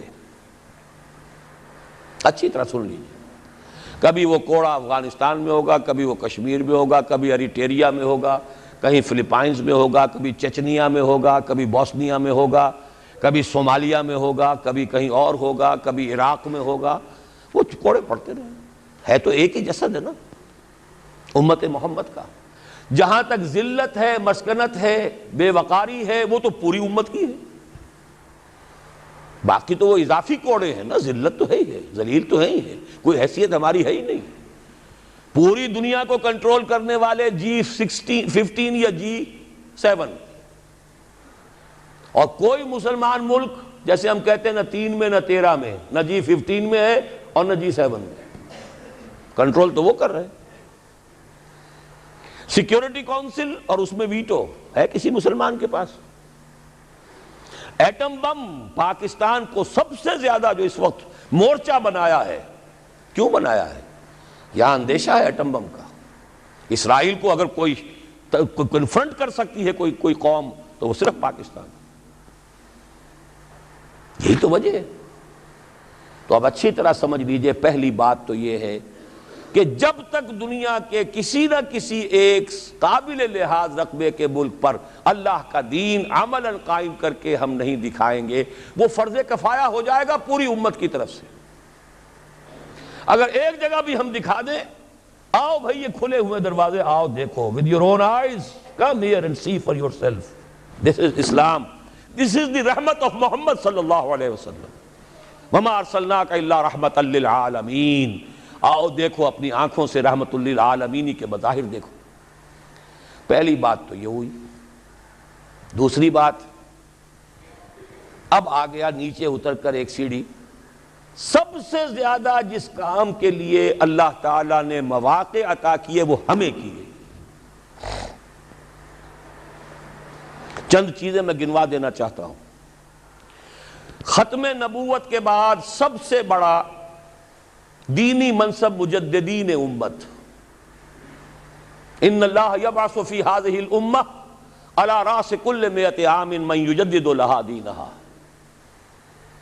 1000 برس تک سارے مجددین عالم عرب میں آئے، اور 11ویں صدی سے شروع ہو گئے ہندوستان میں مجدد الفسانی رحمت اللہ علیہ، شاہ ولی اللہ دہلوی رحمت اللہ علیہ، سید احمد بریلوی رحمت اللہ علیہ، پھر 14ویں صدی میں حضرت شیخ الہند، علامہ اقبال جیسا مفکر، مولانا مودودی جیسا مصنف، مولانا الیاس جیسا مبلغ پوری دنیا میں کہیں نظر نہیں آئے گا۔ کوئی وجہ تو ہے، اللہ نے سلیکٹ کیا ہے۔ ان اللہ اصطفیٰ آدم و نوحا وآل ابراہیم وآل عمران علی العالمین، اللہ چن لیا کرتا ہے نا۔ پھر خلافت ختم ہوئی تو تحریک صرف یہاں چلی، کہیں چلی، اور کتنی غیرت تھی، کتنے لوگوں نے جیلوں کے اندر جا کر جو ہے جیلوں کو آباد کیا، کتنوں نے ہجرت کر لی، چلے گئے افغانستان چلے گئے۔ یہ تو اس صدی کی تاریخ ہے، بدقسمتی ہماری یہ کہ ہم اس سے بھی واقف نہیں۔ بولی اماں محمد علی کی جان بیٹا خلافت پہ دے دو، ساتھ ہیں تیرے شوکت علی بھی، جان بیٹا خلافت پہ دے دو، اس سے پورا ہندوستان گونج گیا تھا۔ گاندھی شریک ہوا، وہ تو جیسا میں بتا چکا ہوں وہ ایک ترک کے ہاتھوں ہی کام ختم کرا لیا۔ اب کیا کرو گے تم، مدعی سست گواہ چست۔ پھر پوری دنیا میں مسلمان ممالک آزادی ہوئے، بظاہر آزاد، حقیقتاً تو کوئی بھی ابھی آزاد نہیں۔ ظاہری آزادی جو ملی ہے تو اس میں صرف ایک ملک کے لیے اسلام کا نعرہ لگا، پاکستان کا مطلب کیا؟ لا الہ الا اللہ، کہیں اور نہیں۔ پھر پاکستان بنا ہے تو معجزہ، پوری دنیا مانتی ہے کہ معجزہ، کسی حساب کتاب میں نہیں، میری کتاب ہے استحکام پاکستان، میں نے ثابت کیا ہے تمدن، سیاست، ریاست کے کسی اصول سے ثابت نہیں کیا جا سکتا کہ پاکستان بننا چاہیے تھا. It is a miracle. پھر پاکستان بننے کے بعد اتنا بڑا میریکل ہوا ہے، 10 کروڑ تھے ہم اس وقت مشرقی اور مغربی پاکستان دونوں کے ملا کر، اور 10 کروڑ عوام کی نمائندہ دستور ساز اسمبلی نے فیصلہ کیا حاکمیت اللہ کے لیے ہے، ہمارے لیے نہیں ہے. قرارداد مقاصد، سروری زیبا فقط اس ذات بے ہمتا کو ہے، حکمراں ہے ایک وہی باقی بتان آزری. 1949 میں قرارداد مقاصد پاس ہوئی، 1950 میں اور بڑا معجزہ ہو گیا، آج اس کا ہم تصور نہیں کر سکتے. شیعہ، سنی، دیوبندی، بریلوی، جماعت اسلامی، اہل حدیث، 6 جماعتوں اور 6 فرقوں یا 6 مکاتب فکر کی ٹاپ کی قیادت، نیچے کے بچڑ بھئیے نہیں، ٹاپ کے لوگ، 31 علماء، اور انہوں نے دستور کے لیے 22 اصول دے دیے کہ اس پر ہم متفق ہیں، ہمارا کوئی اختلاف نہیں. مفتی جعفر حسین مجتہد، حافظ کفایت حسین ان کے سب سے بڑے اس زمانے کے واعظ اور ذاکر، ادھر مولانا مودودی جیسی شخصیت، سید سلیمان ندوی جیسی شخصیت، مولانا شفیع، مفتی محمد شفیع صاحب جیسی شخصیت، اور بریلویوں میں مولانا بدایونی، مولانا ابو الحسنات قادری لاہور کے، اہل حدیثوں میں ٹاپ کے، سب ٹاپ کی قیادت نے کہا کہ یہ ہمارے اصول ہیں. کم آن. تو سوچنے کی بات ہے، اس کے بعد کہیں کوئی بہت بڑی غلطی ہو گئی. بس غلطی کیا ہوئی ہے اچھی طرح سمجھ لیجئے. 2 غلطیاں ہوئی ہیں، پازیٹیو نیگیٹو. پازیٹیو غلطی یہ ہوئی کہ ہم نے راستہ انتخاب کا اختیار کر لیا نظام کو بدلنے کے لیے. جب تک جماعت اسلامی ایک سیاسی جماعت نہیں تھی، اس نے الیکشن میں حصہ نہیں لیا تھا، دستور اسلامی کا مطالبہ مولانا مودودی نے کیا، لیکن تمام قوم نے اس کا ساتھ دیا. مولانا شبیر احمد عثمانی رحمۃ اللہ علیہ تو جماعت اسلامی کے نہیں تھے، انہوں نے پاس کروائی ہے دستور ساز اسمبلی کے اندر، ورنہ جماعت اسلامی کا تو کوئی نمائندہ نہیں تھا اس وقت اسمبلی میں. انہیں کوئی تعصب نہیں تھا کہ یہ جماعت کی طرف سے آئی ہے، نہیں، دین کی بات ہے، صحیح بات ہے. جب آپ الیکشن کے میدان میں آ گئے، اب معلوم ہوا کہ اب آپ نے مذہب کو، اسلام کو ایک پولیٹیکل ایشو، ایک کنٹروورشیل ایشو بنا دیا. اس کے بعد کیا ہوا؟ تو چل میں آیا، آؤ نا ہم بھی سیر کریں کوہ طور کی. بریلوی علماء نے کہا تو ہم کیوں نہ چلیں آگے، سواد اعظم تو ہمارا ہے، ہمیں سب زیادہ ووٹ ملیں گے. اہل حدیثوں نے کہا ہمارے بھی کہیں کہیں پاکٹس تو ہیں، کوئی 1 آدھ سیٹ تو ملے گی نا. دیوبندیوں نے کہا ہمارے بھی علاقے ہیں بہت سے، خاص طور پہ سرحد میں، بلوچستان میں تو ان کے بڑی سالڈ قسم کی جو ہے وہ ان کے فوٹنگز ہے پولیٹیکل. نتیجہ کیا نکلا؟ 4-5 اسلام ہو گئے. اسلام کے نام پر ووٹ تقسیم، اور راج کرے گا خالصہ، اور کرے نہ کوئی. جیت سیکولرزم کی. سیدھی سیدھی باتیں ہیں، یہ سمجھنے کی باتیں ہیں. اگر نہیں سمجھیں گے تو سیدھے راستے پہ دوبارہ نہیں آ سکتے. نیگیٹو جو بات میں کہہ رہا ہوں وہ کیا تھی؟ دیکھیے سن 62 میں ایوب خان، پہلا فوجی عامر اس ملک کا، اس نے آئلی قوانین بنائے. آئلی قوانین کو پھر میں گنوا رہا ہوں، دیوبندی، بریلوی، اہل حدیث، جماعت اسلامی، شیعہ، سب کی ٹاپ قیادت نے کہا کہ یہ دخل اندازی ہے اسلام میں، شریعت میں، یہ روز غلط ہے. بعض چیزیں ٹھیک ہے، بعض نہایت غلط ہے. لیکن یہ کہہ کے رہ گئے، ایجیٹیشن نہیں کیا. ایجیٹیشن کیا تو جمہوریت کے لیے کیا، یہ نہیں کہ نہیں یہ مذہبی مسئلہ ہے، یہ دین کا مسئلہ ہے، اس پر جمع ہو کر ایجیٹیشن کیا جائے، جانے دی جائے. اس کے کنٹراسٹ میں دیکھیے، ہندوستان کا مسلمان شاہ بانو کیس حکومت کی طرف سے نہیں تھا، ایک عدالت کا فیصلہ آیا، شریعت اسلامی میں دخل اندازی ہو گئی پرسنل لاء میں، مسلم پرسنل لاء بورڈ بن گیا، ساری جماعتیں جمع ہو گئیں. وہ تحریک چلائی ہے، کئی سو مسلمانوں نے جانیں دے دی، بالآخر راجیو کی حکومت، خود راجیو کو گھٹنے ٹیک کر یہ قانون پاس کرانا پڑا لوک سبھا سے کہ ہندوستان کی کوئی عدالت انکلوڈنگ سپریم کورٹ مسلمانوں کے فیملی لاز میں دخل نہیں دے سکتی۔ ایک وہ ہے جنہیں تصویر بنا آتی ہے، ایک ہم ہیں کہ لیا اپنی بھی صورت کو بگاڑ۔ ایجیٹیشن دینی ایشو پر نہیں ہوا، ایجیٹیشن ہوا جمہوریت لاؤ جمہوریت لاؤ جمہوریت لاؤ۔ وہ جمہوریت آئی تو ذوالفقار علی بھٹو کی آئی۔ جب سیکولر لوگوں نے مل کر وہ تحریک چلائی اور دینی کارکن دینی لگے، محنتیں انہوں نے کی، جماعتیں وہ تھیں، لیکن یہ ہے کہ نتیجہ کیا نکلا؟ ایوب خان کی ٹانگ گھسیٹی گئی، بھٹو صاحب آ گئے۔ بھٹو کی ٹانگ گھسیٹی، ماشاء اللہ صاحب آ گئے۔ ماشاء اللہ کا کوئی معاملہ ختم ہوا۔ پھر یہ ہے وہ ایک وشس سرکل جس میں ہم گرفتار ہیں۔ گویا کہ اب ہمیں دوبارہ سوچنا ہوگا۔ جو وقت بھی میں کہہ رہا تھا، بات رک گئی میری اس وقت کہ میں نے اپنی اس کتاب کو معین کیا ہے، ختم کیا ہے، سابقہ اور موجودہ مسلمان امتوں کا ماضی، حال اور مستقبل، کہ 3 امکانات ہیں پاکستان کے لیے۔ میں نہیں جانتا کہ کیا شکل ہوگی۔ یا تو یہ ہے کہ اللہ تعالیٰ اس قوم پر بڑی بھلائی فرمائے اور اس قوم کو اجتماعی توبہ کی توفیق دے دے، جیسے حضرت یونس علیہ السلام کی قوم پر سے عذاب ٹل گیا تھا، عذاب کے آثار شروع ہو جانے کے بعد، الا قوم یونس۔ یہ تو بہترین بات ہے جو ہم پسند کر سکتے ہیں، لیکن اس کی کچھ شرائط ہیں، کچھ کڑیاں ہیں، اس کی وہ میں بعد میں بتاؤں گا۔ آثار نہیں ہیں توبہ کے، کوئی آثار نہیں۔ دوسری بات یہ ہو سکتی ہے، اللہ نہ کرے، لیکن یہ کہ اس کو لیے بھی میں سمجھتا ہوں بڑے نفع کا سودا ہوگا، ایک دفعہ کوئی شیکنگ ہماری ایسی ہو کہ جو حال مست اور مال مست جو ہیں ان کو دن میں تارے نظر آ جائیں ایک دفعہ۔ شاید اللہ توبہ اسی طریقے سے توفیق دے دے۔ وَلَنُذِيقَنَّهُم مِّنَ الْعَذَابِ الْأَدْنَىٰ دُونَ الْعَذَابِ الْأَكْبَرِ لَعَلَّهُمْ يَرْجِعُونَ۔ سورہ سجدہ میں فرمایا گیا ہم انہیں چھوٹے عذاب کا مزہ چکھائیں گے بڑے عذاب سے پہلے۔ بڑا عذاب تو قوم کو ختم کر دیتا ہے، چھوٹا عذاب جو جگا دے، ہوش میں آ جائے، لعلہم یرجعون۔ یہ جو مال مست ہیں اور حال مست ہیں اور عیش مست ہیں، ان بستیوں کو ذرا جھنجھوڑنے کے لیے کسی وقت جو ہے اللہ تعالیٰ یہ بھی کرتا ہے، لیکن اگر اس پہ بھی ہم جاگ جائیں تو بہت بڑی نفع کی بات ہے،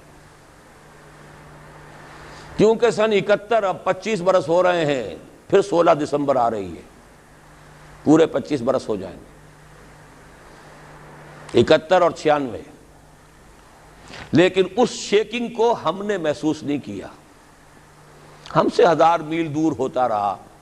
93,000 ہمارے قیدی آ گئے، تھوڑے تھوڑے چھوٹ کر آ گئے، پھر بس گئے، کچھ پتہ نہیں چلا لوگوں کو، شب و روز میں کوئی فرق واقع نہیں ہوا، اپنے دھندوں میں، اپنی مصروفیات میں، اپنی مشغولیات میں، اپنی دلچسپیوں میں، اپنے مشاغل میں کوئی فرق نہیں ہوا۔ شاید کہ کوئی دوسری پکڑ جو ہے، دوسری جھنجھوڑ، وَزُلْزِلُوا زِلْزَالًا شَدِيدًا، کوئی بات آ جائے پھر بھی جاگ جائیں تو بڑے نفع کا سودا ہے۔ اور تیسری بات آپ کو بتا رہا ہوں، ہو سکتا ہے کہ جس طرح تاتاریوں کے ہاتھوں کروڑوں مسلمان قتل ہوا تھا، ہندوؤں کے ہاتھوں کروڑوں یا لاکھوں مسلمان پاکستانی ختم ہوں،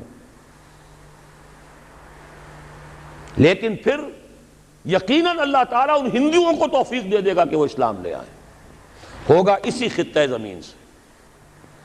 اس لیے کہ 400 برس سے اللہ نے مجددین جو بھیجے وہ اسی خطے میں بھیجے۔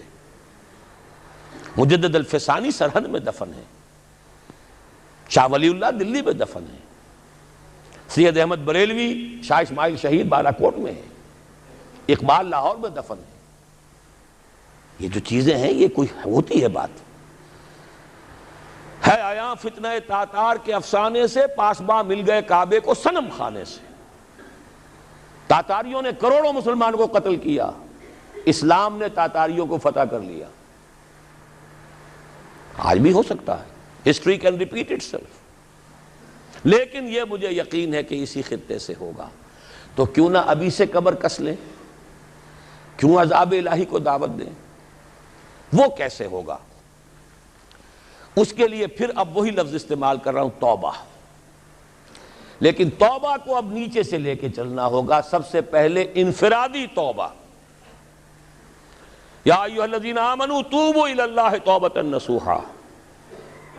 اپنی زندگیوں میں دیکھیے کیا چیز خلاف اسلام ہے.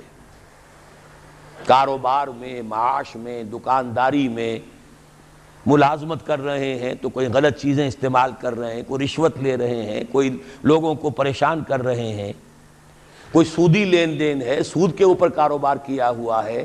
دیکھیے پوری طرح باریک بینی کر کے اپنی معاش اور معاشرت کو پاک کریں، تب توبہ ہوگی، ورنہ نہیں.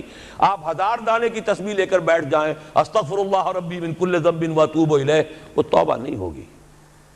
توبہ ہوگی حرام خوری اور غلط کاموں کو چھوڑ کر. الا من تاب وآمن وعمل عملا صالحا فاولئک یبدل اللہ سیئاتہم حسنات. اور یہی سب سے مشکل ہے. مسلمانوں کو جوش میں لے کر باہر لے آؤ گولیاں کھانے کے لیے، وہ اپنے گریبان کھول دیں گے. اپنی زندگیوں میں تبدیلی کرنا یہ سب سے کٹھن. اپنے عیش کو منغص کرنے کے لیے تیار ہونا، اپنے کیریئرز، اپنے کاروبار، اپنی سہولتیں، اپنے عیش، اس کو مسجد تو بنا دی شب بھر میں ایمان کی حرارت والوں نے، من اپنا پرانا پاپی ہے برسوں میں نمازی بن نہ سکا. ختم نبوت کی تحریک ہو یا نظام مصطفیٰ کی تحریک ہو، چھاتیاں کھول کر لوگ گولیاں کھانے والے کون ہوتے ہیں عام طور پر؟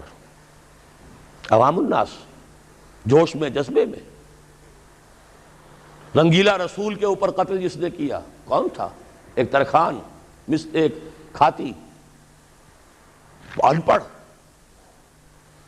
وہ تو جذبہ ان کا ہے جو جوش میں آ جاتا ہے. تو سمجھ لیجئے اس بات کو. انفرادی توبہ سے بات شروع ہوگی. افراد کے ہاتھوں میں ہے اقوام کی تقدیر، ہر فرد ہے ملت کے مقدر کا ستارہ. ہے کام کٹھن. پھر کہہ رہا ہوں، اپنی ذات پر اپنے گھر میں اسلام نافذ کیجئے. اپنے وجود پر اپنے گھر میں شریعت کی تنفیذ ہو. اپنی معاش اور اپنی معاشرت شرعی پردہ نافذ کیجئے. دن میں تارے نظر آ جائیں گے، بائیکاٹ ہو جائے گا، رشتہ دار ناراض ہو جائیں گے، آپ کے داماد ناراض ہو جائیں گے. کیسے ہو سکتا ہے میں اپنی سالی کے ساتھ پردہ کروں یا میری سالی میرے سامنے نہ آئے؟ کیسے ہو سکتا ہے وہ لڑکی جو ہے دیور سے پردہ کرے اور دیور کے سامنے نہ آئے؟ جبکہ حضور فرماتے ہیں الحم و موت. پردے میں تو سب سے زیادہ سختی جو ہے وہ انہی رشتوں میں ہونی چاہیے. ابھی کل آپ نے پڑھا ہوگا ایک نوجوان 20 برس سعودی عرب کے اندر سروس کر کے آیا، 4 بچوں کو ذبح کیا، اپنی بیوی کو بھی جلا دیا. کیوں جلا دیا؟ اس سے آ کر کچھ پتہ لگا ہوگا نا کہ میں وہاں کیا کرتا رہا اور یہ یہاں کیا کرتی رہی. اس سے کم کے اوپر ظاہر بات ہے آدمی اتنا بڑا جرم نہیں کرتا. معاشرت ہماری بگڑی ہوئی ہے. آپ پیٹرو ڈالر کمانے کے لیے بیٹھے ہوئے ہیں، یہاں کیا ہو رہا ہے؟ کیا نہیں ہوگا؟ پھر آگ اور پانی کا میل ہو رہا ہے. تو پہلی بات ہے انفرادی توبہ. یا ایھا الذین آمنوا توبوا الی اللہ توبۃ نصوحا. اور میں آپ کا کان کھول کر بتا دینا چاہتا ہوں، اگر یہ نہیں تو کچھ بھی نہیں.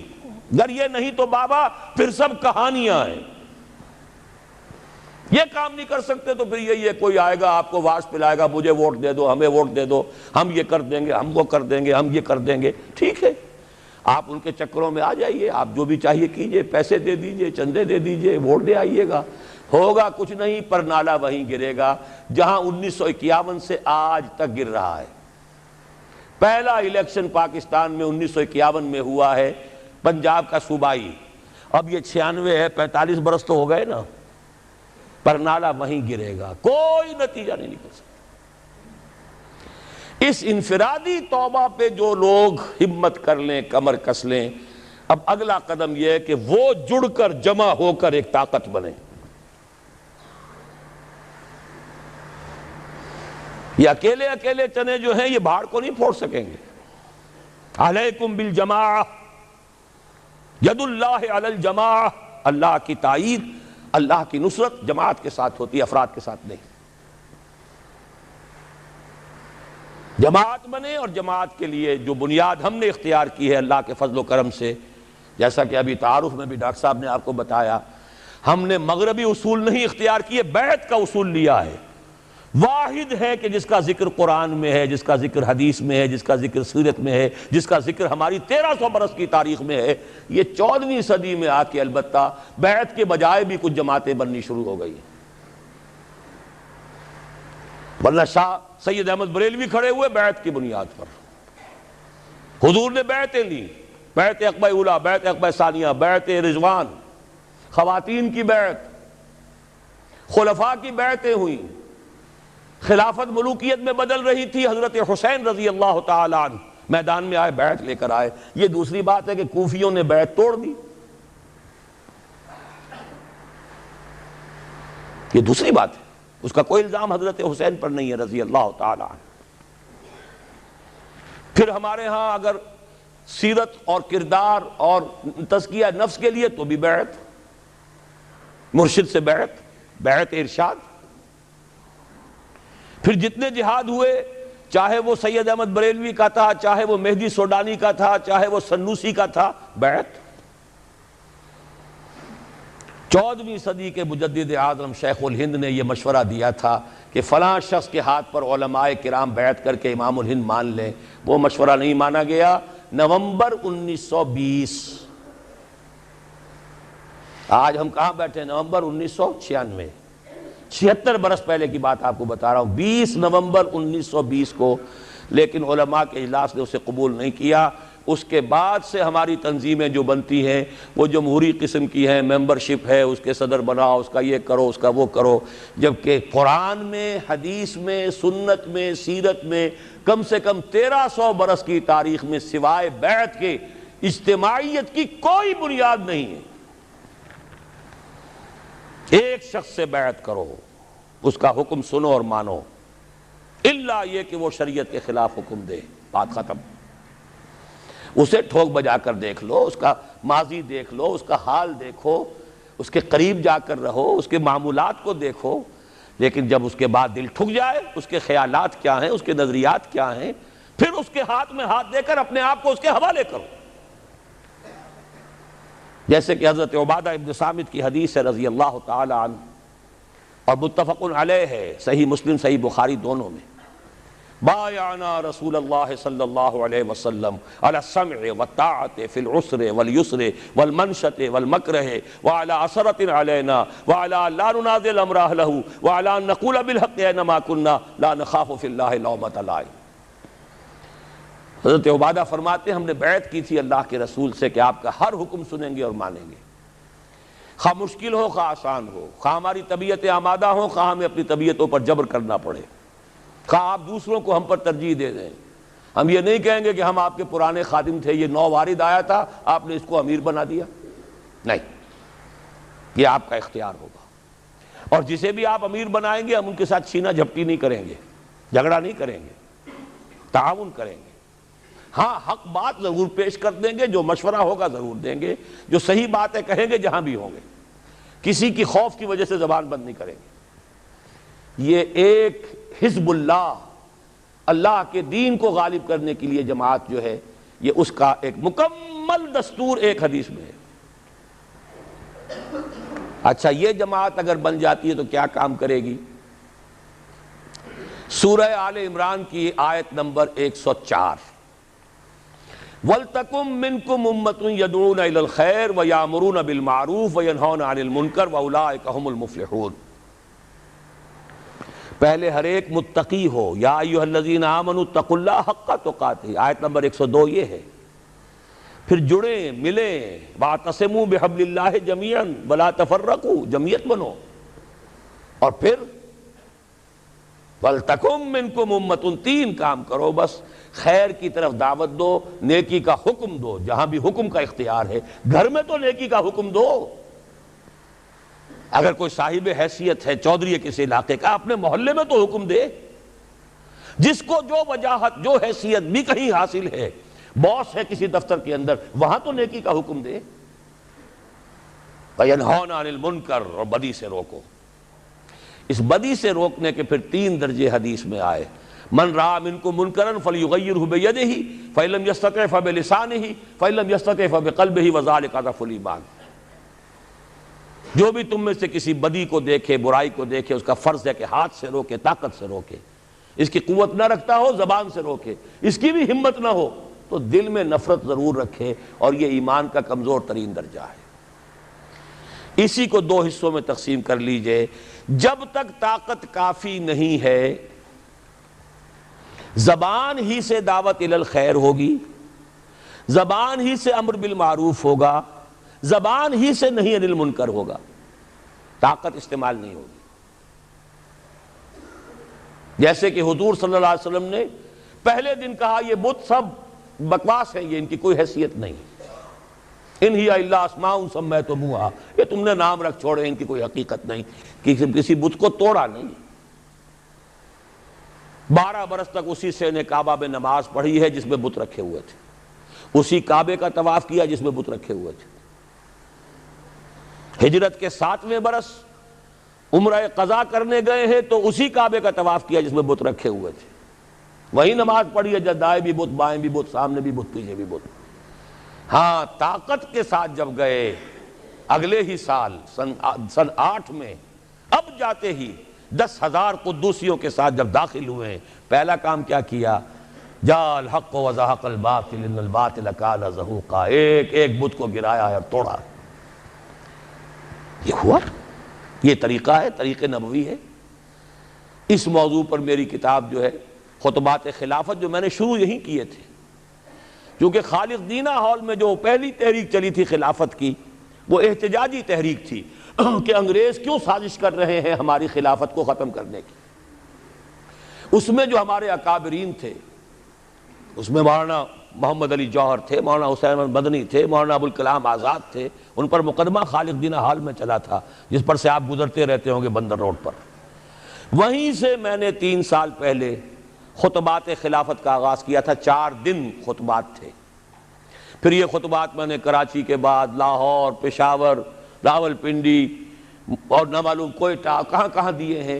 اب وہ کتابی شکل میں بھی شائع کر دیے گئے خطبات خلافت کے نام سے، اور اس کے آخر میں یہ طریقہ کار بھی پورا میں نے بحث کر دی ہے کہ طریقہ کار کیا ہے۔ جب تک طاقت کافی نہیں ہے زبان، جب طاقت کافی ہو جائے گی ایجیٹیشن، گھیراؤ، جلاؤ نہیں، گھیراؤ، وکٹنگ، اب نہیں ہونے دیں گے، یہ حرام کام ہے، نہیں ہونے دیں گے، اس اڈے کو نہیں چلنے دیں گے، ہم بیٹھے ہیں یہاں، پہلے ہم پر گولیاں چلاؤ، یہ سودی کاروبار بینک کا نہیں چلنے دیں گے، یہ اخباروں کو نہیں نکلنے دیں گے ان ننگی تصویروں کے ساتھ۔ آخر ایم کیو ایم نے بند کر دیا تھا ناطقہ کے نہیں، جنگ کا۔ طاقت ہو، جلاؤ کی ضرورت نہیں، گھراؤ تو کرو۔ اہل تشیع نے 50,000 جا کر جو گھراؤ کیا تھا ضیاء الحق صاحب کی سیکریٹریٹ کا، اور ان سے کتنا بڑا فیصلہ کروا لیا تھا کہ اہل تشیع جو ہے وہ زکوٰۃ آرڈیننس سے مستثنیٰ رہیں گے۔ گھیراؤ کیا ہے، چیف مارشل ایڈمنسٹریٹر کی ناک رگڑوا لی ہے، یا گولی چلاتا، ہزاروں جان دے دیتے، کیا ہوتا؟ فوج میں بھی اہل تشیع ہے، پولیس میں ہے، بیوروکریسی میں، ہر جگہ ہے، کیا آگ لگتی؟ لہذا وہ سمجھدار آدمی تھا، اس نے مونچھ بھی نیچی کر لی، ناک بھی رگڑ دی، اور وہ چیف مارشل ایڈمنسٹریٹر، حالانکہ ابھی مارشل اللہ بوڑھا نہیں ہوا تھا، صرف 3 سال کی عمر تھی، 77 میں آئے تھے اور 80 کا یہ واقعہ ہے۔ منوائی کی نہیں بات؟ یہ جو غیر مسلح ہے ایجیٹیشن، اور اس کی آخری شکل آئی ہے غیر مسلح بغاوت، سول ڈس اوبیڈینس، جو ایرانیوں نے کر کے دکھائی ہے۔ انتخابات کے ذریعے سے قیامت تک وہاں اسلام نہیں آ سکتا تھا، نہ محض دعوت و تبلیغ سے آ سکتا تھا کہ بس دعوت، اچھی اچھی باتیں، میٹھی میٹھی باتیں سنائے جاؤ، 20-20 لاکھ کے مجمع جمع کیے جاؤ، اس سے اسلام آ جائے گا، نہیں آئے گا۔ اگر آ سکتا ہوتا تو محمد الرسول اللہ تو کبھی بھی ہاتھ میں تلوار نہ لیتے، کسی مسلمان کا خون تو کجا، کسی کافر کا خون بھی زمین پر نہ گرنے دیتے۔ ان سے بڑا مبلغ، ان سے بڑا مربی، ان سے بڑا مزکی، ان سے بڑا معلم کون ہوگا؟ نہیں، طاقت کا وقت آتا ہے۔ البتہ طاقت 2 طرفہ کی بھی ہوتی ہے، یقاتلون فیقتلون ویقتلون، اللہ کی راہ میں قتال کرتے ہیں، قتل ہوتے بھی ہیں، قتل کرتے بھی، ایک طرفہ بھی ہے جو کہ ایرانیوں نے کر کے دکھائی ہے۔ اس پر تفصیل سے بحث میری اس کتاب میں موجود ہے کہ حالات میں کیا فرق ہو گیا ہے۔ آج حکومتیں ہیں، ان کے پاس فوجیں ہیں، ان کے پاس پولیس ہے، ان کے پاس ایئر فورس ہے۔ حافظ الاسد نے ایئر فورس کے ذریعے سے شہر ہما اڑا کے رکھ دیا تھا، کئی ہزار جو ہیں اخوانی ایک دن میں ختم کیے۔ خود پاکستان 2 مرتبہ بلوچستان میں ایئر فورس استعمال کر چکا ہے۔ ابھی جو ہوئی تھی مالاکنڈ کی تحریک، اس میں بھی ہیلی کاپٹرز استعمال ہوئے ہیں۔ تو یہ نہتوں کے خلاف اتنی طاقت جو ہے، ہاں نہتہ میدان میں نکل آئے تو پھر فوج کو بھی ایک وقت تک تو وہ گولی چلاتی ہے، پھر سوچنا پڑتا ہے یہ میری اپنی قوم ہے۔ بھٹو صاحب نے کہا تھا کہ میری کرسی بہت مضبوط ہے، کہاں مضبوط ثابت ہوئی تھی؟ وہ مضبوطی تھی تو فوج کے بل پر تھی۔ جب فوج نے کوڑا جواب دے دیا کہ no more killings, we are not going to shoot anymore, go and have a political settlement، تو بیٹھنا پڑ گیا کہ نہیں؟ کرسی ختم ہو گئی تھی کہ نہیں؟ یہی خطرہ ہو رہا تھا شاہ ایران کو کہ اب یہ فوج جو ہے جس نے 20-30 ہزار تو مار لیے ایرانی، لیکن یہ کہ اب یہ ان کا رخ میری طرف ہو جائے گا، بھاگا ہے وہاں سے، وہاں اس کا اسلحہ ختم تو نہیں ہو گیا تھا۔ یہ ہے راستہ اس ملک میں اسلام کو لانے کا۔ اب نوٹ کر لیجئے، اگر ہم یہ کام کرتے ہیں تو میرا تجزیہ یہ ہے کہ پورے عالم اسلام میں ہم ہی اس کے لیے سب سے زیادہ مستحق ہیں۔ ان تتوبا الی اللہ فقد صغت قلوبکما، پوری 400 برس کی تاریخ، اس 14ویں صدی ہجری کے عظیم واقعات، تحریک پاکستان، تحریک خلافت، قرارداد مقاصد، یہ پورا بیک گراؤنڈ ملک بنا ہے۔ احادیث میں خبریں موجود ہیں کہ وہ جو آخری شو ڈاؤن ہوگا مڈل ایسٹ میں، جب دجال یہودیوں کا بہت بڑا لیڈر ظاہر ہوگا اور وہ کہے گا میں مسیح ہوں، اور اس وقت جب مسلمانوں کے اوپر بہت سختی آئے گی، ویل للعرب من شر قد اقترب، تو اس وقت جو ہے ایک شخص کو اللہ تعالیٰ امت میں سے اٹھائے گا جو اہل عرب کا لیڈر بنے گا، وہ ہوں گے حضرت مہدی۔ لیکن حضرت مہدی کو مددگار جو ملیں گے وہ مشرق کی طرف سے آئیں گے۔ عرب قوم کھوکھلی ہو چکی ہے، ان میں دم نہیں ہے، دولت نے، عیاشیوں نے انہیں کھوکھلا کر دیا ہے۔ تقریباً پوری عرب قوم کا حال یہ، دولت جو ہے ان کے لیے بہت بڑا ایک اللہ تعالیٰ کی طرف سے عذاب کی شکل ثابت ہوئی۔ اونچے اونچے محل بنا رہے، تطاولون فی البنیان، لیکن جو حالت ہے وہ سب کے سامنے ہے، بودے۔ لہذا الفاظ ہیں یخرجون ناس من المشرق یؤطئون للمہدی یعنی سلطانہ، جب مہدی کا ظہور ہوگا عالم عرب میں تو ان کی مدد کے لیے، ان کی حکومت کو قائم کرنے کے لیے فوجیں مشرق سے آئیں گی، اور پاکستان بھی تو مشرق میں ہے عرب کے۔ میرے عرب کو آئی ٹھنڈی ہوا جہاں سے، میرا وطن وہی ہے، میرا وطن وہی ہے۔ لیکن یہ کہ اہل پاکستان ذرا بھول گئے تھے، بھٹک گئے تھے، کبھی بھولی ہوئی منزل بھی یاد آتی ہے راہی کو۔ اب آپ اپنے اس سبق کو یاد کیجئے، جو باتیں میں نے آج عرض کی ہیں ان پر غور کیجئے، سوچئے، سوچ بچار کیجئے۔ تنظیم اسلامی، تحریک خلافت فوری طور پر ہمارے ساتھ شامل ہونا چاہیں، بیعت کا معاملہ جو ہے ثقیل نظر آئے تو معاون تحریک خلافت کا فارم پر کیجئے۔ ابھی اس میں بیعت کی ضرورت نہیں ہوتی، لیکن اور قریب آ کر دیکھیے، اگر آپ کو ہمارے خلوص اور اخلاص پر اعتماد ہو، اگر آپ کو ہمارے خیالات اور نظریات سے اتفاق ہو تو پھر شامل ہو جائیے۔ پھر اس کے من انصاری اللہ، کون ہے میرا مددگار اللہ کی راہ میں تو اسی کے لیے گھوم رہا ہوں، اسی کے لیے پھر رہا ہوں، اسی کے لیے 1970 میں میں نے 71 میں اپنا پروفیشن چھوڑ دیا تھا۔ آج 25 برس پورے ہو چکے، بلکہ 26 ہو گئے، 96 ختم ہو رہا ہے، اور وہ تھا 71 کا شروع۔ میں تو اس کے بعد سے سن 54 کا MBBS کیے ہوئے ہوں، لیکن میں نے چھوڑا ہے۔ کیا کیا ہے آپ کو بھی معلوم ہے، ایک ہی نام میرا جو ہے مشہور ہوا، قرآن مجید کا کوئی دیوانہ ہے، قرآن کا مدرس ہے، درس قرآن ہے، چاہے وہ کبھی ہو رہا ہو بڑے بڑے آڈیٹوریمز میں، کہیں چھوٹی چھوٹی مسجدوں میں، کہیں چھوٹے ہالوں میں، کہیں ہماری اکیڈمی بن گئی ہے تو اس میں، لیکن یہ کہ کبھی موقع ملا تھا تو الہدا، وہ جو ہے 15 مہینے مسلسل جو ہے الہدا، اور وہ پورے ملک کے ٹیلی ویژن اسٹیشنوں سے ٹیلی کاسٹ ہوا۔ یہ سب کچھ کام میں نے کیا قرآن کا۔ قرآن کے ذریعے سے لوگوں کو کھینچو، انہیں پھر جمع کرو بیعت کے ذریعے سے، قرآن تبدیلی برپا کر دے گا۔ جیسے کہ ڈاکٹر صاحب کہہ رہے تھے کہ یہ قرآن وہ شے ہے جب اندر اترتا ہے تو بدل دیتا ہے انسان کو، چوں بجاں در رفت جہاں دیگر شبد، جہاں چو دیگر شد جہاں دیگر شبد۔ پھر ان بدلے ہوئوں کو، ریفارمڈ لوگوں کو جمع کرو، بھیڑ جمع کرنے سے کچھ حاصل نہیں ہے۔ یہ جو اپنی معاش اور اپنی معاشرت کو صحیح کر چکے ہو، اپنی ذات اور اپنے گھر میں دین نافذ کر چکے ہو، وہ جمع ہو، اور جمع ہو مضبوط سم و طاعت والی جماعت کے اندر۔ جب تک طاقت کافی نہیں، زبان سے دعوت بھی ہے، نہی عن المنکر بھی ہے، اور امر بالمعروف بھی ہے۔ جب طاقت ہوگی تو کسی دینی ایشو پر ایجیٹیشن کریں گے، اب یہ کام ہم نہیں ہونے دیں گے، یا ہم نہیں یا یہ نہیں، اور پھر نتیجتاً یا تخت یا تختہ۔ اقول قولی ھذا واستغفر اللہ لی ولکم ولسائر المسلمین والمسلمات۔